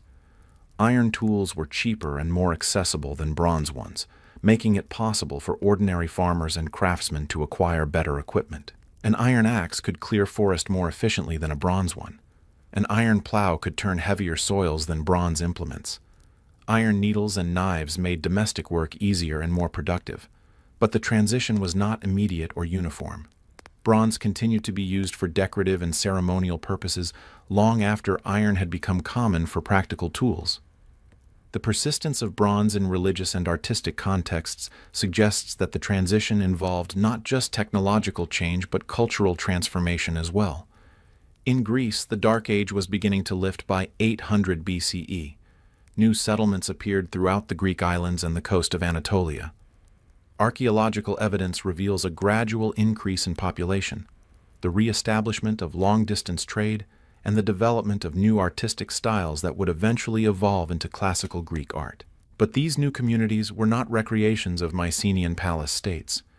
They were something unprecedented, communities that governed themselves through assemblies of citizens rather than the commands of kings. The earliest Greek polis, city-states, were small, containing only a few thousand people. But they were experiments in a new kind of human organization. The development of the polis was gradual and uneven. Different cities developed different forms of government, from the oligarchies of Sparta to the democracy of Athens. But they shared certain common features that distinguished them from Bronze Age kingdoms. Power was distributed among citizens rather than concentrated in a single ruler. Laws were written down and publicly displayed rather than existing as the private knowledge of rulers. Political decisions were made through public debate rather than royal decree. This transformation reflected changes in both technology and ideology. Iron weapons made it harder for small elites to monopolize military power. Alphabetic writing made it easier for ordinary citizens to participate in legal and political processes. The collapse of the Bronze Age had discredited the idea that kings ruled by divine right, creating space for new concepts of political legitimacy. The rise of the polis was also influenced by Greece's geography. The mountainous terrain and scattered islands of the Greek world made it difficult to establish large centralized kingdoms. Instead, political organization naturally evolved towards smaller, more manageable units that could govern themselves effectively. Homer's epics, composed in this period, reflect this new world. The heroes of the Iliad and Odyssey are not distant god-kings, but flawed human beings. Achilles struggles with anger and mortality. Odysseus survives through cunning rather than divine favor. Even the gods are portrayed as petty, jealous, and fallible. This was literature of humility, reflecting a world that had learned not to trust in the permanence of human institutions. The Bronze Age had believed in eternal kingdoms ruled by divine kings. The Iron Age created stories about heroes who were essentially human, whose achievements were temporary, and whose greatest victories were often Pyrrhic.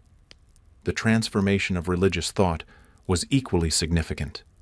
Bronze Age religion had emphasized the gap between gods and humans, the absolute authority of divine kings, and the permanent nature of cosmic order.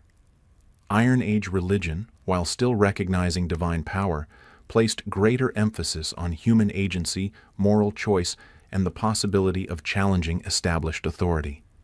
This shift is visible in the development of Hebrew religion during the Iron Age. The Hebrew Bible, composed and compiled over centuries, preserves memories of the Bronze Age collapse in the stories of the conquest of Canaan and the judges who ruled in the absence of kings. But it also articulates something revolutionary: the idea that human beings are accountable, not to human kings, but to universal moral law. The Hebrew concept of covenant represented a fundamental challenge to Bronze Age political theology. Instead of ruling by divine right, Hebrew kings were supposed to rule according to divine law. Instead of being accountable only to the gods, they were accountable to prophets who spoke for moral principles that transcended political authority. Similar developments occurred in other parts of the former Bronze Age world. In Mesopotamia, the collapse of the great empires led to the development of new forms of political organization based on city-states and tribal confederations. In Anatolia, new kingdoms emerged that incorporated both traditional monarchical elements and new concepts derived from the experience of the Dark Age. These innovations, alphabetic writing, iron technology, democratic governance, ethical monotheism, would eventually transform the entire world. But they were born from catastrophe, shaped by the memory of civilizations that had seemed eternal, but had proved to be as fragile as morning mist. The Bronze Age world had been magnificent, but brittle. It had created wonders, but had proved unable to adapt to change. The world that emerged from its ruins was smaller, humbler, but more flexible. It had learned to bend instead of breaking, to adapt instead of commanding. The Iron Age represented humanity's first attempt to create civilizations that could survive their own success. Instead of concentrating power in the hands of god-kings, it distributed power among citizens. Instead of relying on complex, fragile technologies, it developed robust, accessible ones. Instead of creating rigid hierarchies, it experimented with flexible institutions. This was not necessarily a conscious process. The people who created Iron Age civilization were not trying to avoid the fate of their Bronze Age predecessors. Most of them had no clear memory of what that fate had been. But the experience of living through collapse had shaped their instincts and their choices in ways that made their societies more resilient. The seeds of iron had been planted in the ashes of bronze, and as they grew, they would create a world that was not just different from what had come before, but better adapted to survive whatever challenges the future might bring. It was the beginning of the world we still inhabit, a world of alphabetic literacy, democratic governance, ethical monotheism, and accessible technology. The Bronze Age collapse had seemed like an ending, but it had actually been a beginning. The Bronze Age collapse was not just an ancient catastrophe, it was a template, a preview of possibilities that haunt every complex civilization.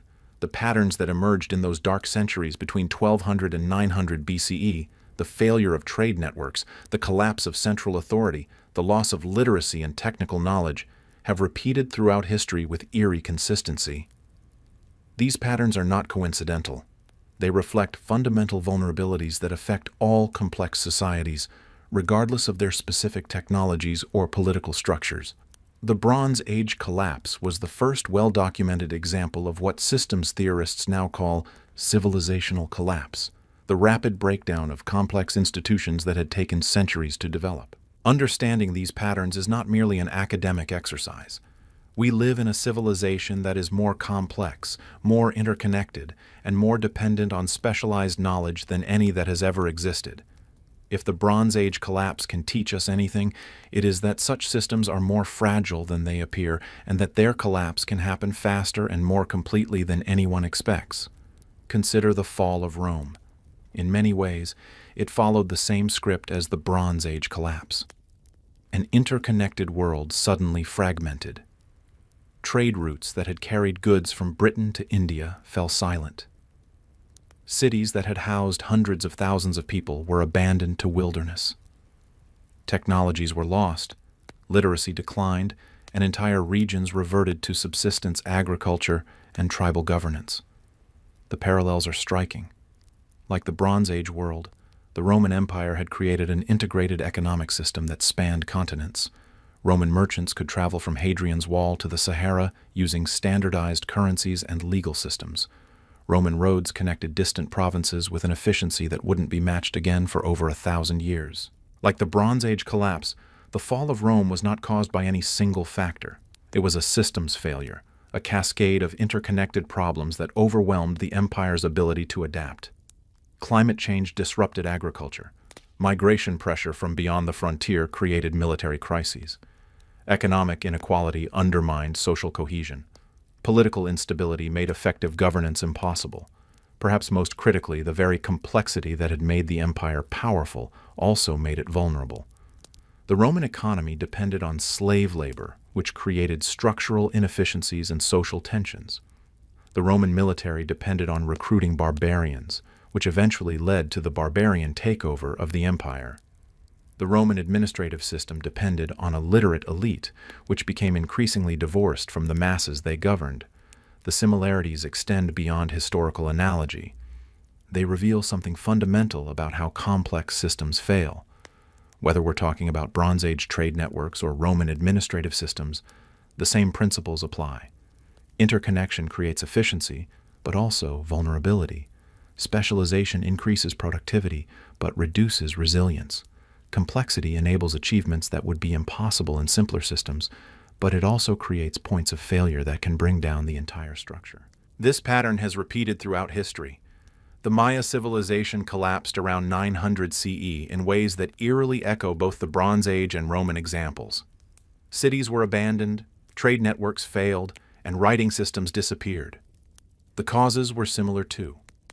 Environmental stress, political fragmentation, social inequality, and the inability of complex institutions to adapt to changing circumstances. The Chinese dynasties followed similar patterns of rise and fall, though the Chinese developed greater institutional resilience that allowed for periodic renewal. Even modern examples like the Soviet Union or the recent financial crisis show similar dynamics. Complex systems that appeared stable suddenly revealed fundamental vulnerabilities and collapsed with surprising speed. Today, we live in a world that in many ways resembles the Bronze Age more than any period since. We have global trade networks that depend on the smooth functioning of countless interconnected systems. A disruption in semiconductor production in Taiwan can shut down automobile factories in Detroit. A cyber attack on a single company can disrupt supply chains worldwide. We have technologies that most people don't understand, controlled by specialists whose knowledge seems almost magical to outsiders. The average person today understands less about how their smartphone works than a Bronze Age farmer understood about how their bronze tools were made. We have become dependent on technologies whose complexity exceeds any individual's ability to comprehend. We have economic and political institutions that span the globe, but feel increasingly distant from the people they supposedly serve. International trade agreements, global financial markets, and supranational organizations make decisions that affect billions of people, but these systems are no more democratic or accountable than Bronze Age palace bureaucracies. Like the Bronze Age world, our civilization is built on the assumption that the systems that support us are reliable and permanent.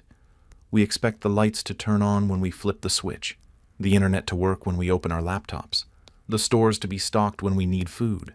We plan for the future, as if the present is guaranteed to continue. But the Bronze Age collapse reminds us that such assumptions are dangerous. Complex systems can fail catastrophically and without warning. The very sophistication that makes them powerful also makes them fragile. A disruption in one part of the system can cascade through the entire network, causing failures far from the original source. Modern historians studying the Bronze Age collapse have identified several factors that made the ancient world particularly vulnerable. Over-specialization left regions dependent on distant suppliers for essential goods. Political centralization made entire kingdoms vulnerable to the failure of their leadership. Environmental degradation undermined the agricultural base that supported urban populations. Growing inequality created social tensions that weakened the systems from within. Each of these factors is present in our own world today. Our global economy depends on supply chains that span continents and oceans. Just-in-time manufacturing and lean inventory systems have eliminated redundancy in favor of efficiency, making the entire system vulnerable to even small disruptions. Our political systems concentrate enormous power in the hands of small elites whose decisions affect billions of people. Democratic institutions struggle to maintain legitimacy in the face of global problems that transcend national boundaries. The rise of populism and authoritarianism reflects growing dissatisfaction with systems that seem remote and unresponsive. Our environment shows signs of stress that could undermine the agricultural and economic foundation of modern civilization. Climate change threatens to disrupt weather patterns that have been stable throughout recorded history. Soil depletion, water scarcity, and biodiversity loss all echo the environmental problems that may have contributed to the Bronze Age collapse. Our societies are marked by levels of inequality that would have been familiar to Bronze Age kings and peasants. The concentration of wealth and power in the hands of small elites creates social tensions that threaten the stability of democratic institutions. The increasing divergence between the experiences of the wealthy and the poor undermines the social solidarity that complex societies require. Perhaps most concerning, we have created weapons that could destroy not just our civilization, but our species. The Bronze Age collapse, devastating as it was, affected only a small portion of the world. Nuclear weapons or environmental catastrophe could destroy the entire global system and make recovery impossible. Yet the Bronze Age collapse also teaches us about resilience. The societies that survived the collapse best were those that maintained some degree of flexibility and self-sufficiency. Communities that could produce their own food, make their own tools, and govern themselves were more likely to weather the storm than those that depended entirely on distant authorities and trade networks. This doesn't mean we should abandon the benefits of complex civilization and return to Bronze Age village life. The achievements of modern civilization, modern medicine, global communication, scientific knowledge are too valuable to sacrifice. But it does suggest that we should build redundancy and resilience into our systems. We should preserve knowledge and skills that might seem obsolete, but could prove essential in a crisis. We should maintain local capabilities even as we participate in global networks.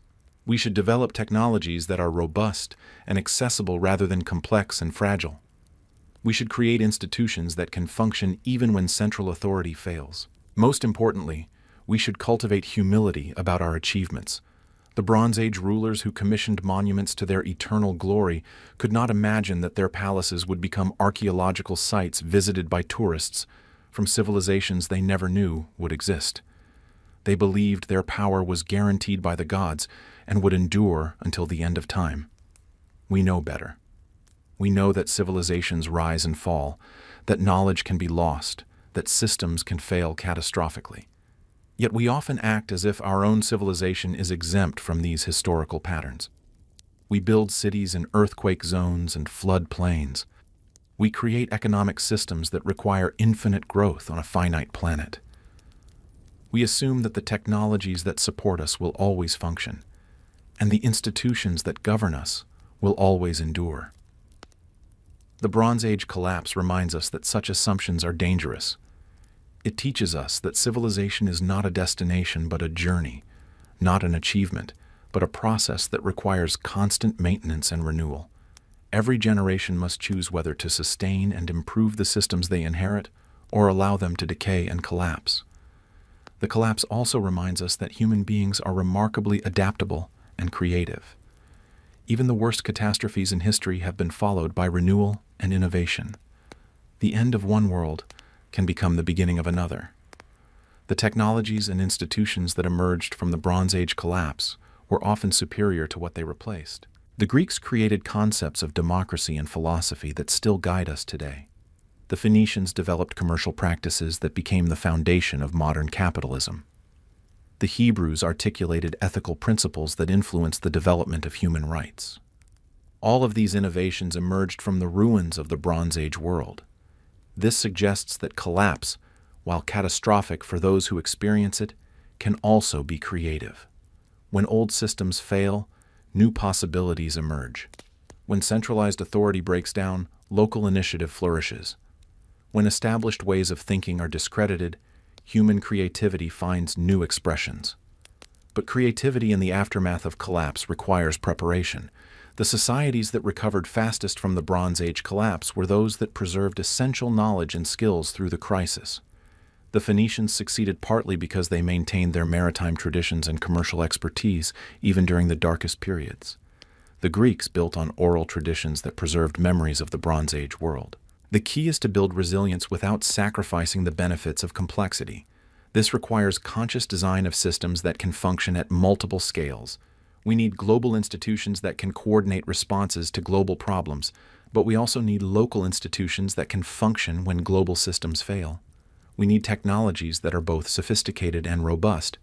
The Internet, for example, was originally designed to survive nuclear attack by routing information through multiple pathways. This design principle, redundancy rather than efficiency, could be applied to other critical systems. We need economic systems that prioritize long-term sustainability over short-term profit. The Bronze Age collapse may have been triggered partly by environmental degradation caused by the pursuit of short-term gains. Modern capitalism faces similar challenges: how to maintain profitability while preserving the environmental and social foundations that make prosperity possible.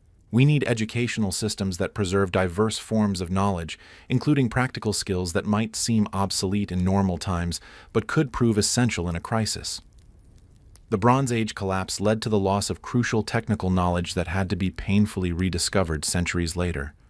Most importantly, we need to maintain cultural memory of how complex systems can fail. The Bronze Age world collapsed partly because its people had no experience of civilizational failure and therefore couldn't imagine that their achievements might be temporary. We have the advantage of historical perspective, but only if we use it. The echoes of the Bronze Age collapse reverberate through every subsequent civilization. Rome fell, but its collapse was less complete because the Romans had learned from earlier examples. The medieval period saw multiple collapses and recoveries, each one informing the next. The modern world has experienced 2 world wars, a Great Depression, and numerous smaller crises that have tested but not destroyed our global civilization. Each crisis has taught us something about resilience. We have developed institutions like the United Nations and the World Health Organization to coordinate responses to global challenges. We have created economic safety nets and international aid systems to help societies recover from disasters. We have built communication networks that can function even when other systems fail. But we have also created new vulnerabilities.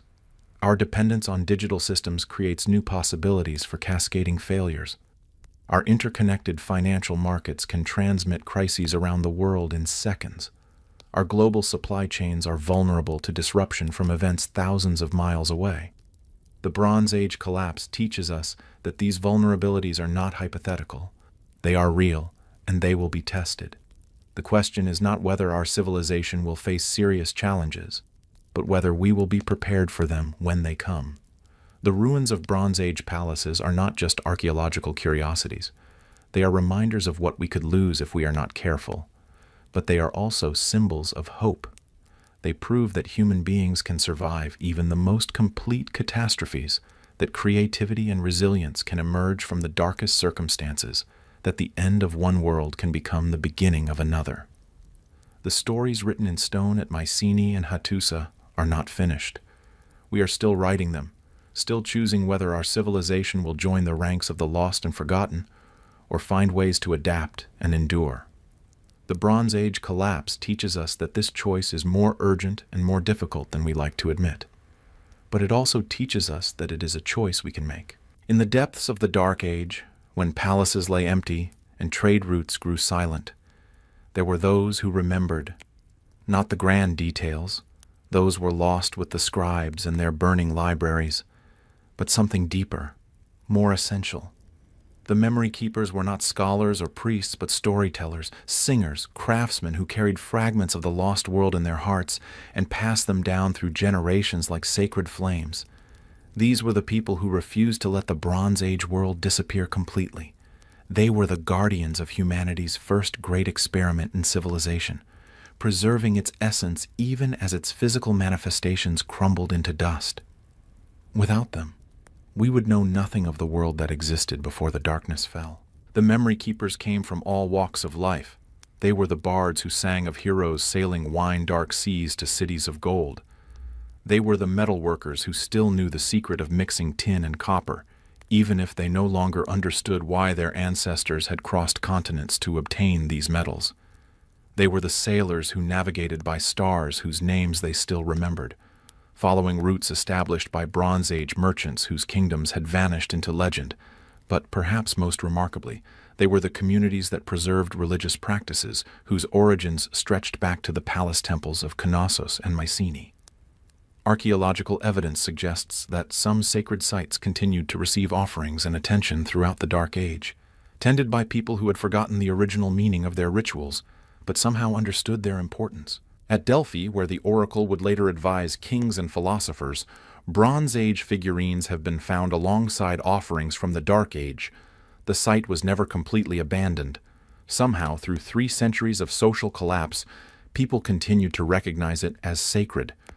The specific rituals changed, the priesthood was reorganized, the architectural setting was transformed, but the essential recognition of the place's spiritual significance survived. This continuity is more mysterious than it first appears. The people tending these sites during the Dark Age probably couldn't read the Linear B inscriptions left by their Bronze Age predecessors. They may not have understood the original significance of the artifacts they handled, yet they maintained practices that preserved crucial connections to the past. The preservation of sacred sites reveals something profound about how human memory works. Religious practices seem to have a particular resilience that allows them to survive social upheaval. Even when the specific meanings are lost, the forms persist. The act of worship itself becomes a form of cultural memory, preserving connections to the past that transcend conscious understanding. Similar patterns appear throughout the post-collapse world. At Troy, the site continued to be inhabited throughout the Dark Age, though at a much reduced scale. The new inhabitants built their homes directly on top of the Bronze Age ruins, incorporating pieces of earlier structures into their walls. They may not have known they were living on the remains of Homer's Ilium, but they sensed the power of the place. The reuse of ancient sites was common throughout the post-collapse world. People were drawn to places that had been important in the Bronze Age, even when they no longer understood why. Hilltops that had once supported palaces became sites for new settlements. Harbors that had welcomed Bronze Age fleets continued to be used by Dark Age fishermen. Sacred groves maintained their spiritual significance even when the gods they honored had been forgotten. In Crete, rural shrines continued to function long after the great palaces were abandoned. These weren't the elaborate temple complexes of the Minoan period, but simple cave sanctuaries and mountaintop altars. Yet the religious practices associated with them preserved elements: snake goddesses, sacred horns, bull symbolism that connected directly to Bronze Age traditions. The preservation of religious iconography was particularly important because it provided visual continuity between the Bronze Age and later periods. Even when people could no longer read ancient texts or understand ancient languages, they could still recognize familiar symbols and images. A bull's head carved on a Dark Age altar might not have meant exactly the same thing to its makers as it had to their Bronze Age predecessors, but it maintained a cultural thread that connected past and present. The preservation of craft knowledge was equally remarkable. During the Dark Age, pottery styles became simpler and less sophisticated than their Bronze Age predecessors. But certain techniques survived intact. The knowledge of how to fire clay at precise temperatures, how to create specific colors and textures, how to shape vessels for particular purposes, These skills were maintained even when the social structures that had originally supported them disappeared. The survival of technical knowledge often depended on family traditions. Master craftsmen passed their skills to their children, who passed them to their children in turn. These hereditary craft traditions created islands of continuity in a sea of change. A potter working in 800 BCE might use techniques that had been developed centuries earlier, preserved through generations of oral instruction and practical demonstration. Metallurgy provides perhaps the clearest example. The complex bronze-working techniques of the late Bronze Age were largely lost during the collapse, but smiths somehow preserved the fundamental knowledge of how to work metals, even as they shifted from bronze to iron. They maintained understanding of ore sources, smelting techniques, and alloying methods that allowed them to eventually develop new technologies. The preservation of metallurgical knowledge was crucial because it provided the foundation for the technological innovations of the Iron Age. Without the basic understanding of how to work metals, the transition to iron would have been impossible. The knowledge preserved by Dark Age smiths became the starting point for new developments that would eventually surpass Bronze Age achievements. Language itself became a repository of memory. Greek dialects preserved words and phrases that had originated in the Bronze Age world. Place names survived that encoded information about ancient settlements, trade routes, and religious sites. Technical terms related to agriculture, crafts, and navigation maintained connections to Bronze Age practices, even when those practices had been modified or abandoned.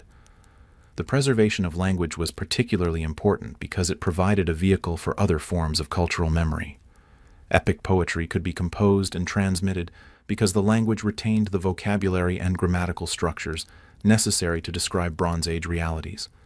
Technical knowledge could be passed down because the words existed to describe complex processes and techniques.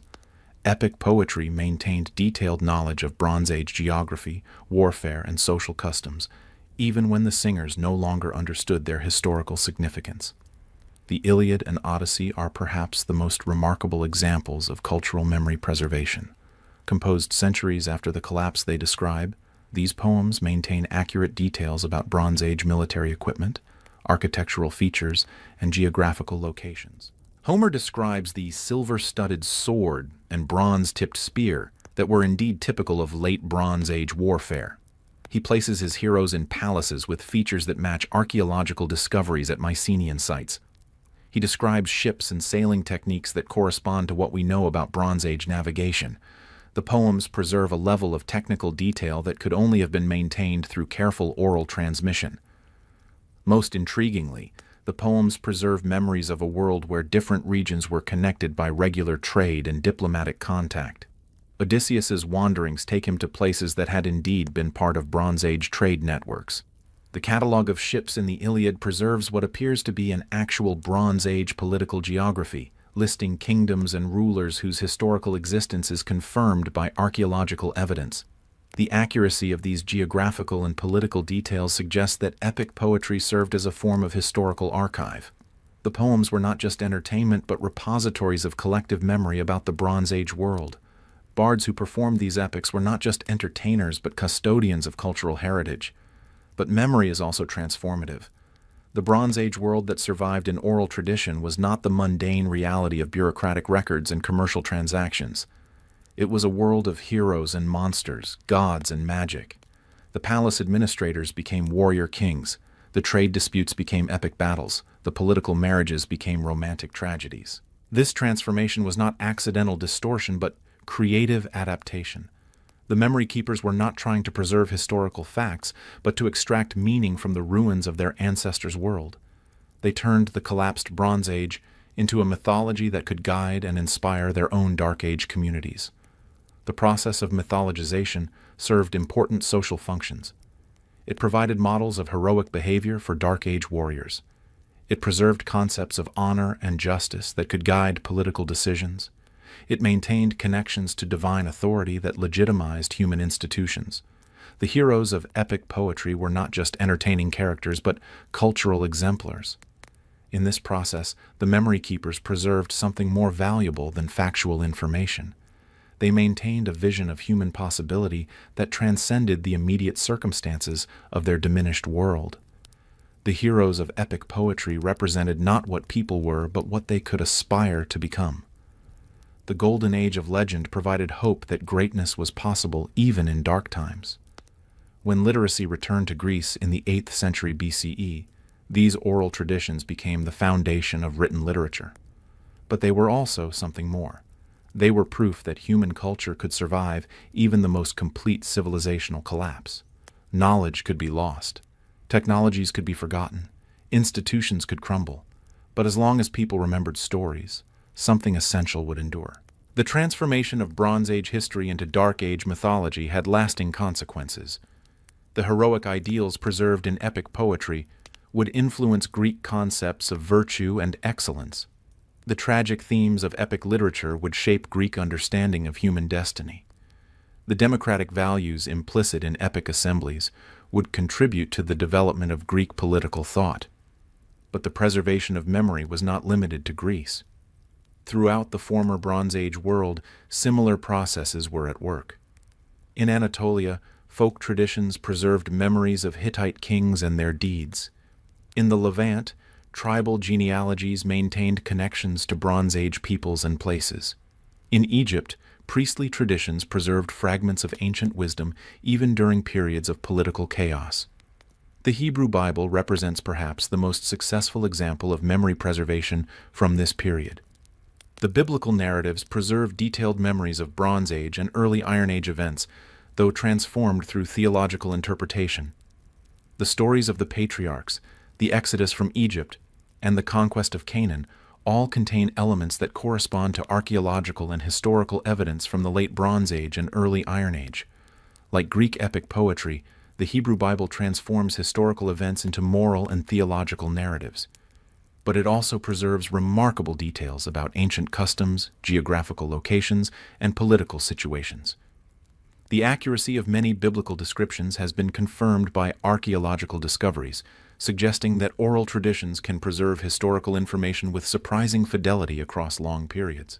The biblical preservation of Bronze Age memories was particularly important because it provided an alternative to the heroic ideals of Greek epic. Where Greek poetry celebrated individual excellence and martial virtue, Hebrew literature emphasized collective responsibility and divine justice. These different memory traditions would eventually contribute to different concepts of human nature and social organization. The memory keepers of the Dark Age were not just preserving the past. They were creating the future. The stories they told, the skills they preserved, the values they transmitted, would become the foundation for new civilizations that would eventually surpass their Bronze Age predecessors. Without their patient work of preservation and transmission, the recovery from the collapse would have been far more difficult and far less complete. The memory keepers remind us that civilizational collapse is never total. Some threads of continuity always survive to be woven into new patterns. Human knowledge and culture are more resilient than human institutions. Stories can survive when libraries burn. Skills can persist when workshops close. Values can endure when empires fall. This is perhaps the most hopeful lesson of the Bronze Age collapse. Even the most complete catastrophe cannot destroy the human capacity for memory and creativity. The memory keepers of the Dark Age ensured that something of the Bronze Age world would live on, transformed but not destroyed, ready to inspire new achievements when the darkness finally lifted. Stand today among the ruins of Mycenae or Hattusa, and you'll feel it, a whisper of warning that carries across 32 centuries. These stones have seen the impossible, the complete collapse of a world that believed itself eternal. They remember what we prefer to forget, that civilization is not humanity's natural state, but an achievement so rare and fragile that it has failed more often than it has succeeded. The Bronze Age collapse was not unique. It was simply the first well-documented example of a pattern that has repeated throughout history with depressing regularity. Complex societies emerge, flourish, become convinced of their own permanence, and then disintegrate when the systems they depend on prove unable to adapt to changing circumstances. Yet each generation seems to believe that their civilization is different, that they have finally solved the puzzle of human organization. that the forces that destroyed their predecessors cannot touch them. The Romans believed this as barbarians crossed the frontier. The Maya believed it as their cities emptied into the jungle. The Soviet Union believed it until the very moment it ceased to exist. Today, we face our own Bronze Age moment. Our civilization is more complex, more interconnected, more dependent on specialized knowledge and global systems than any that has ever existed. We have created marvels that would seem like magic to Bronze Age kings: instant communication across continents, machines that think, the power to reshape matter at the atomic level. Yet we have also created vulnerabilities that would be unimaginable to our ancestors. Our global economy depends on supply chains so complex that no single person understands them completely. A computer virus could cripple financial systems worldwide. A solar flare could destroy the electronic infrastructure that modern life depends on. Climate change threatens to trigger mass migrations that would dwarf the movements of the sea peoples. A pandemic could spread across the globe in weeks, as we discovered in 2020. Perhaps most unsettling, we have created weapons that could end not just our civilization, but our species. The Bronze Age collapse, devastating as it was, affected only a small portion of the world. Nuclear war, artificial intelligence run amok, or ecological catastrophe could destroy the entire global system and make recovery impossible for centuries, if at all. The parallels between our situation and that of the Bronze Age world are unnervingly precise. Like them, we have created a global system of trade and communication that has brought unprecedented prosperity, but also unprecedented vulnerability. Like them, we have developed technologies that most people don't understand and that are controlled by small groups of specialists. Like them, we have political and economic institutions that feel increasingly distant from the people they supposedly serve. Our cities are as dependent on distant resources as Bronze Age palaces were. New York depends on food grown thousands of miles away, water from distant watersheds, and energy from sources across the continent and around the world. If those supply lines were cut, the city would face catastrophe within days. The same is true for every major population center on Earth. Our financial systems are as interconnected and fragile as Bronze Age trade networks. A banking crisis in one country can trigger recessions around the world. Currency fluctuations can destroy entire economies overnight. The collapse of a single major financial institution can threaten the stability of the entire global system. Our political systems show the same signs of strain that appeared in the late Bronze Age. Growing inequality creates social tensions that threaten democratic institutions. Political polarization makes effective governance increasingly difficult. The rise of authoritarianism and populism reflects widespread dissatisfaction with systems that seem remote and unresponsive to ordinary people's needs. Even our response to crisis mirrors Bronze Age patterns. When faced with challenges, we tend to double down on the same approaches that created the problems in the first place. We make our systems more complex, more centralized, more dependent on specialized expertise. We build bigger institutions, more sophisticated technologies, more elaborate regulatory frameworks. But complexity itself may be the problem. The Bronze Age collapse teaches us that complex systems fail in characteristic ways. They become so interdependent that small disruptions can cascade into system-wide failures. They become so specialized that crucial knowledge is concentrated in the hands of small groups whose disappearance can cripple entire sectors. They become so optimized for efficiency that they lose the redundancy necessary for resilience. Modern supply chains illustrate this perfectly. Just-in-time manufacturing has eliminated warehouses and stockpiles in favor of lean, efficient operations. But this efficiency comes at the cost of resilience.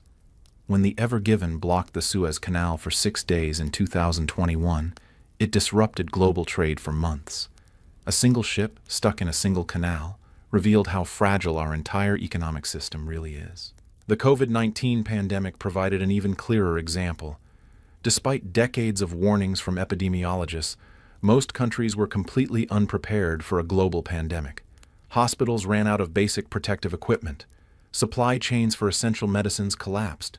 Governments struggled to coordinate responses. The richest and most technologically advanced civilization in history was brought to its knees by a virus that Bronze Age peoples would have recognized. Yet the ruins also teach us about resilience. The Bronze Age collapse was not the end of human achievement, but a transformation. The civilizations that emerged from the Dark Age were in many ways superior to what they replaced. They were more democratic, more innovative, more adaptable. The Greeks created philosophy and science. The Phoenicians developed commerce and exploration. The Hebrews articulated ethical principles that still guide human behavior. This suggests that collapse, while catastrophic for those who experience it, can also be creative. When old systems fail, new possibilities emerge. When centralized authority breaks down, local initiative flourishes. When established ways of thinking are discredited, human creativity finds new expressions. The key is preparation. The societies that survived the Bronze Age collapse best were those that maintained some degree of flexibility and self-sufficiency. Communities that could produce their own food, make their own tools, and govern themselves were more likely to weather the storm than those that depended entirely on distant authorities and trade networks. This doesn't mean we should abandon the benefits of complex civilization and return to Bronze Age village life. The achievements of modern civilization, modern medicine, global communication, scientific knowledge, are too valuable to sacrifice. But it does suggest that we should build redundancy and resilience into our systems. We should preserve knowledge and skills that might seem obsolete, but could prove essential in a crisis. The Bronze Age collapse led to the loss of crucial technical knowledge that had to be painfully rediscovered centuries later. Today, we face similar risks. If our electronic systems failed, how many people could perform basic calculations without computers?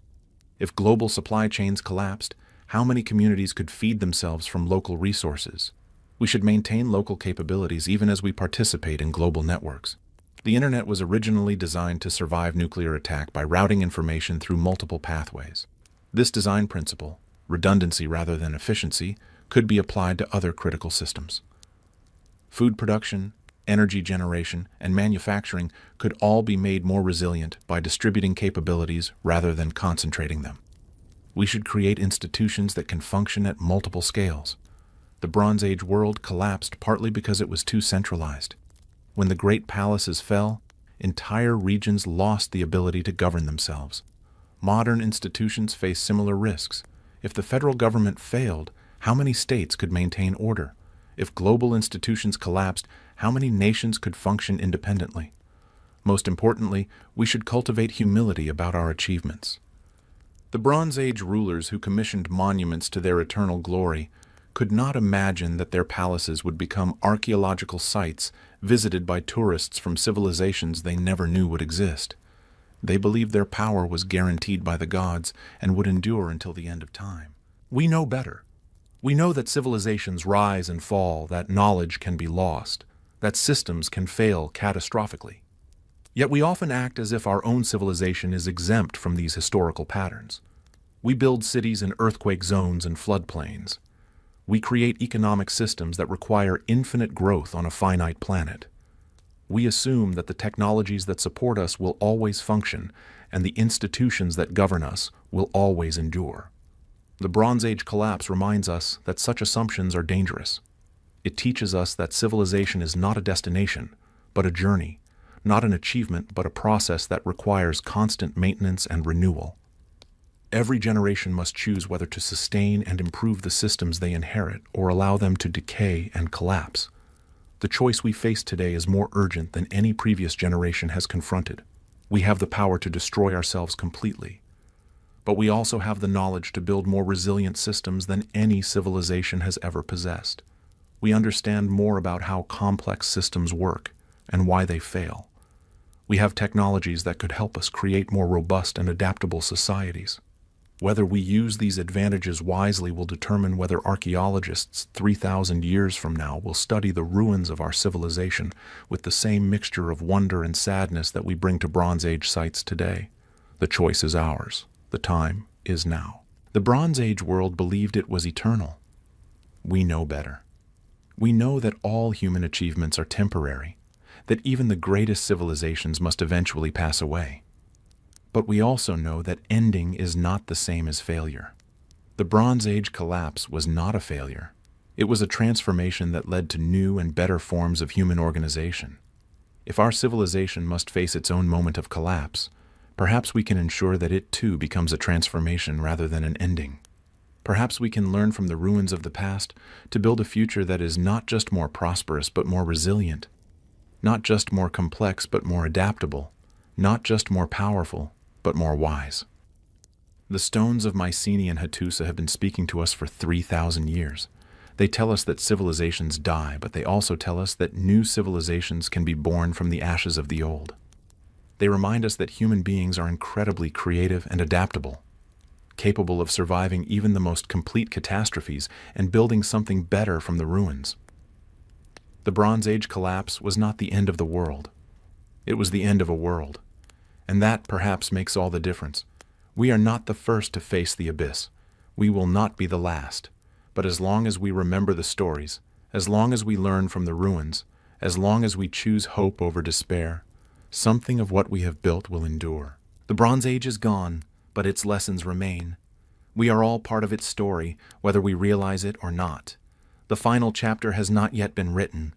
That task falls to us, to write an ending that is also a beginning, a collapse that is also a transformation, a death that gives birth to new life. The day civilization died was also the day new civilizations began to be born. That is the eternal cycle of human achievement, written in bronze and stone, in fire and ash, in the rise and fall of all our dreams. We are not just the inheritors of that cycle, we are its authors. What story will we choose to tell?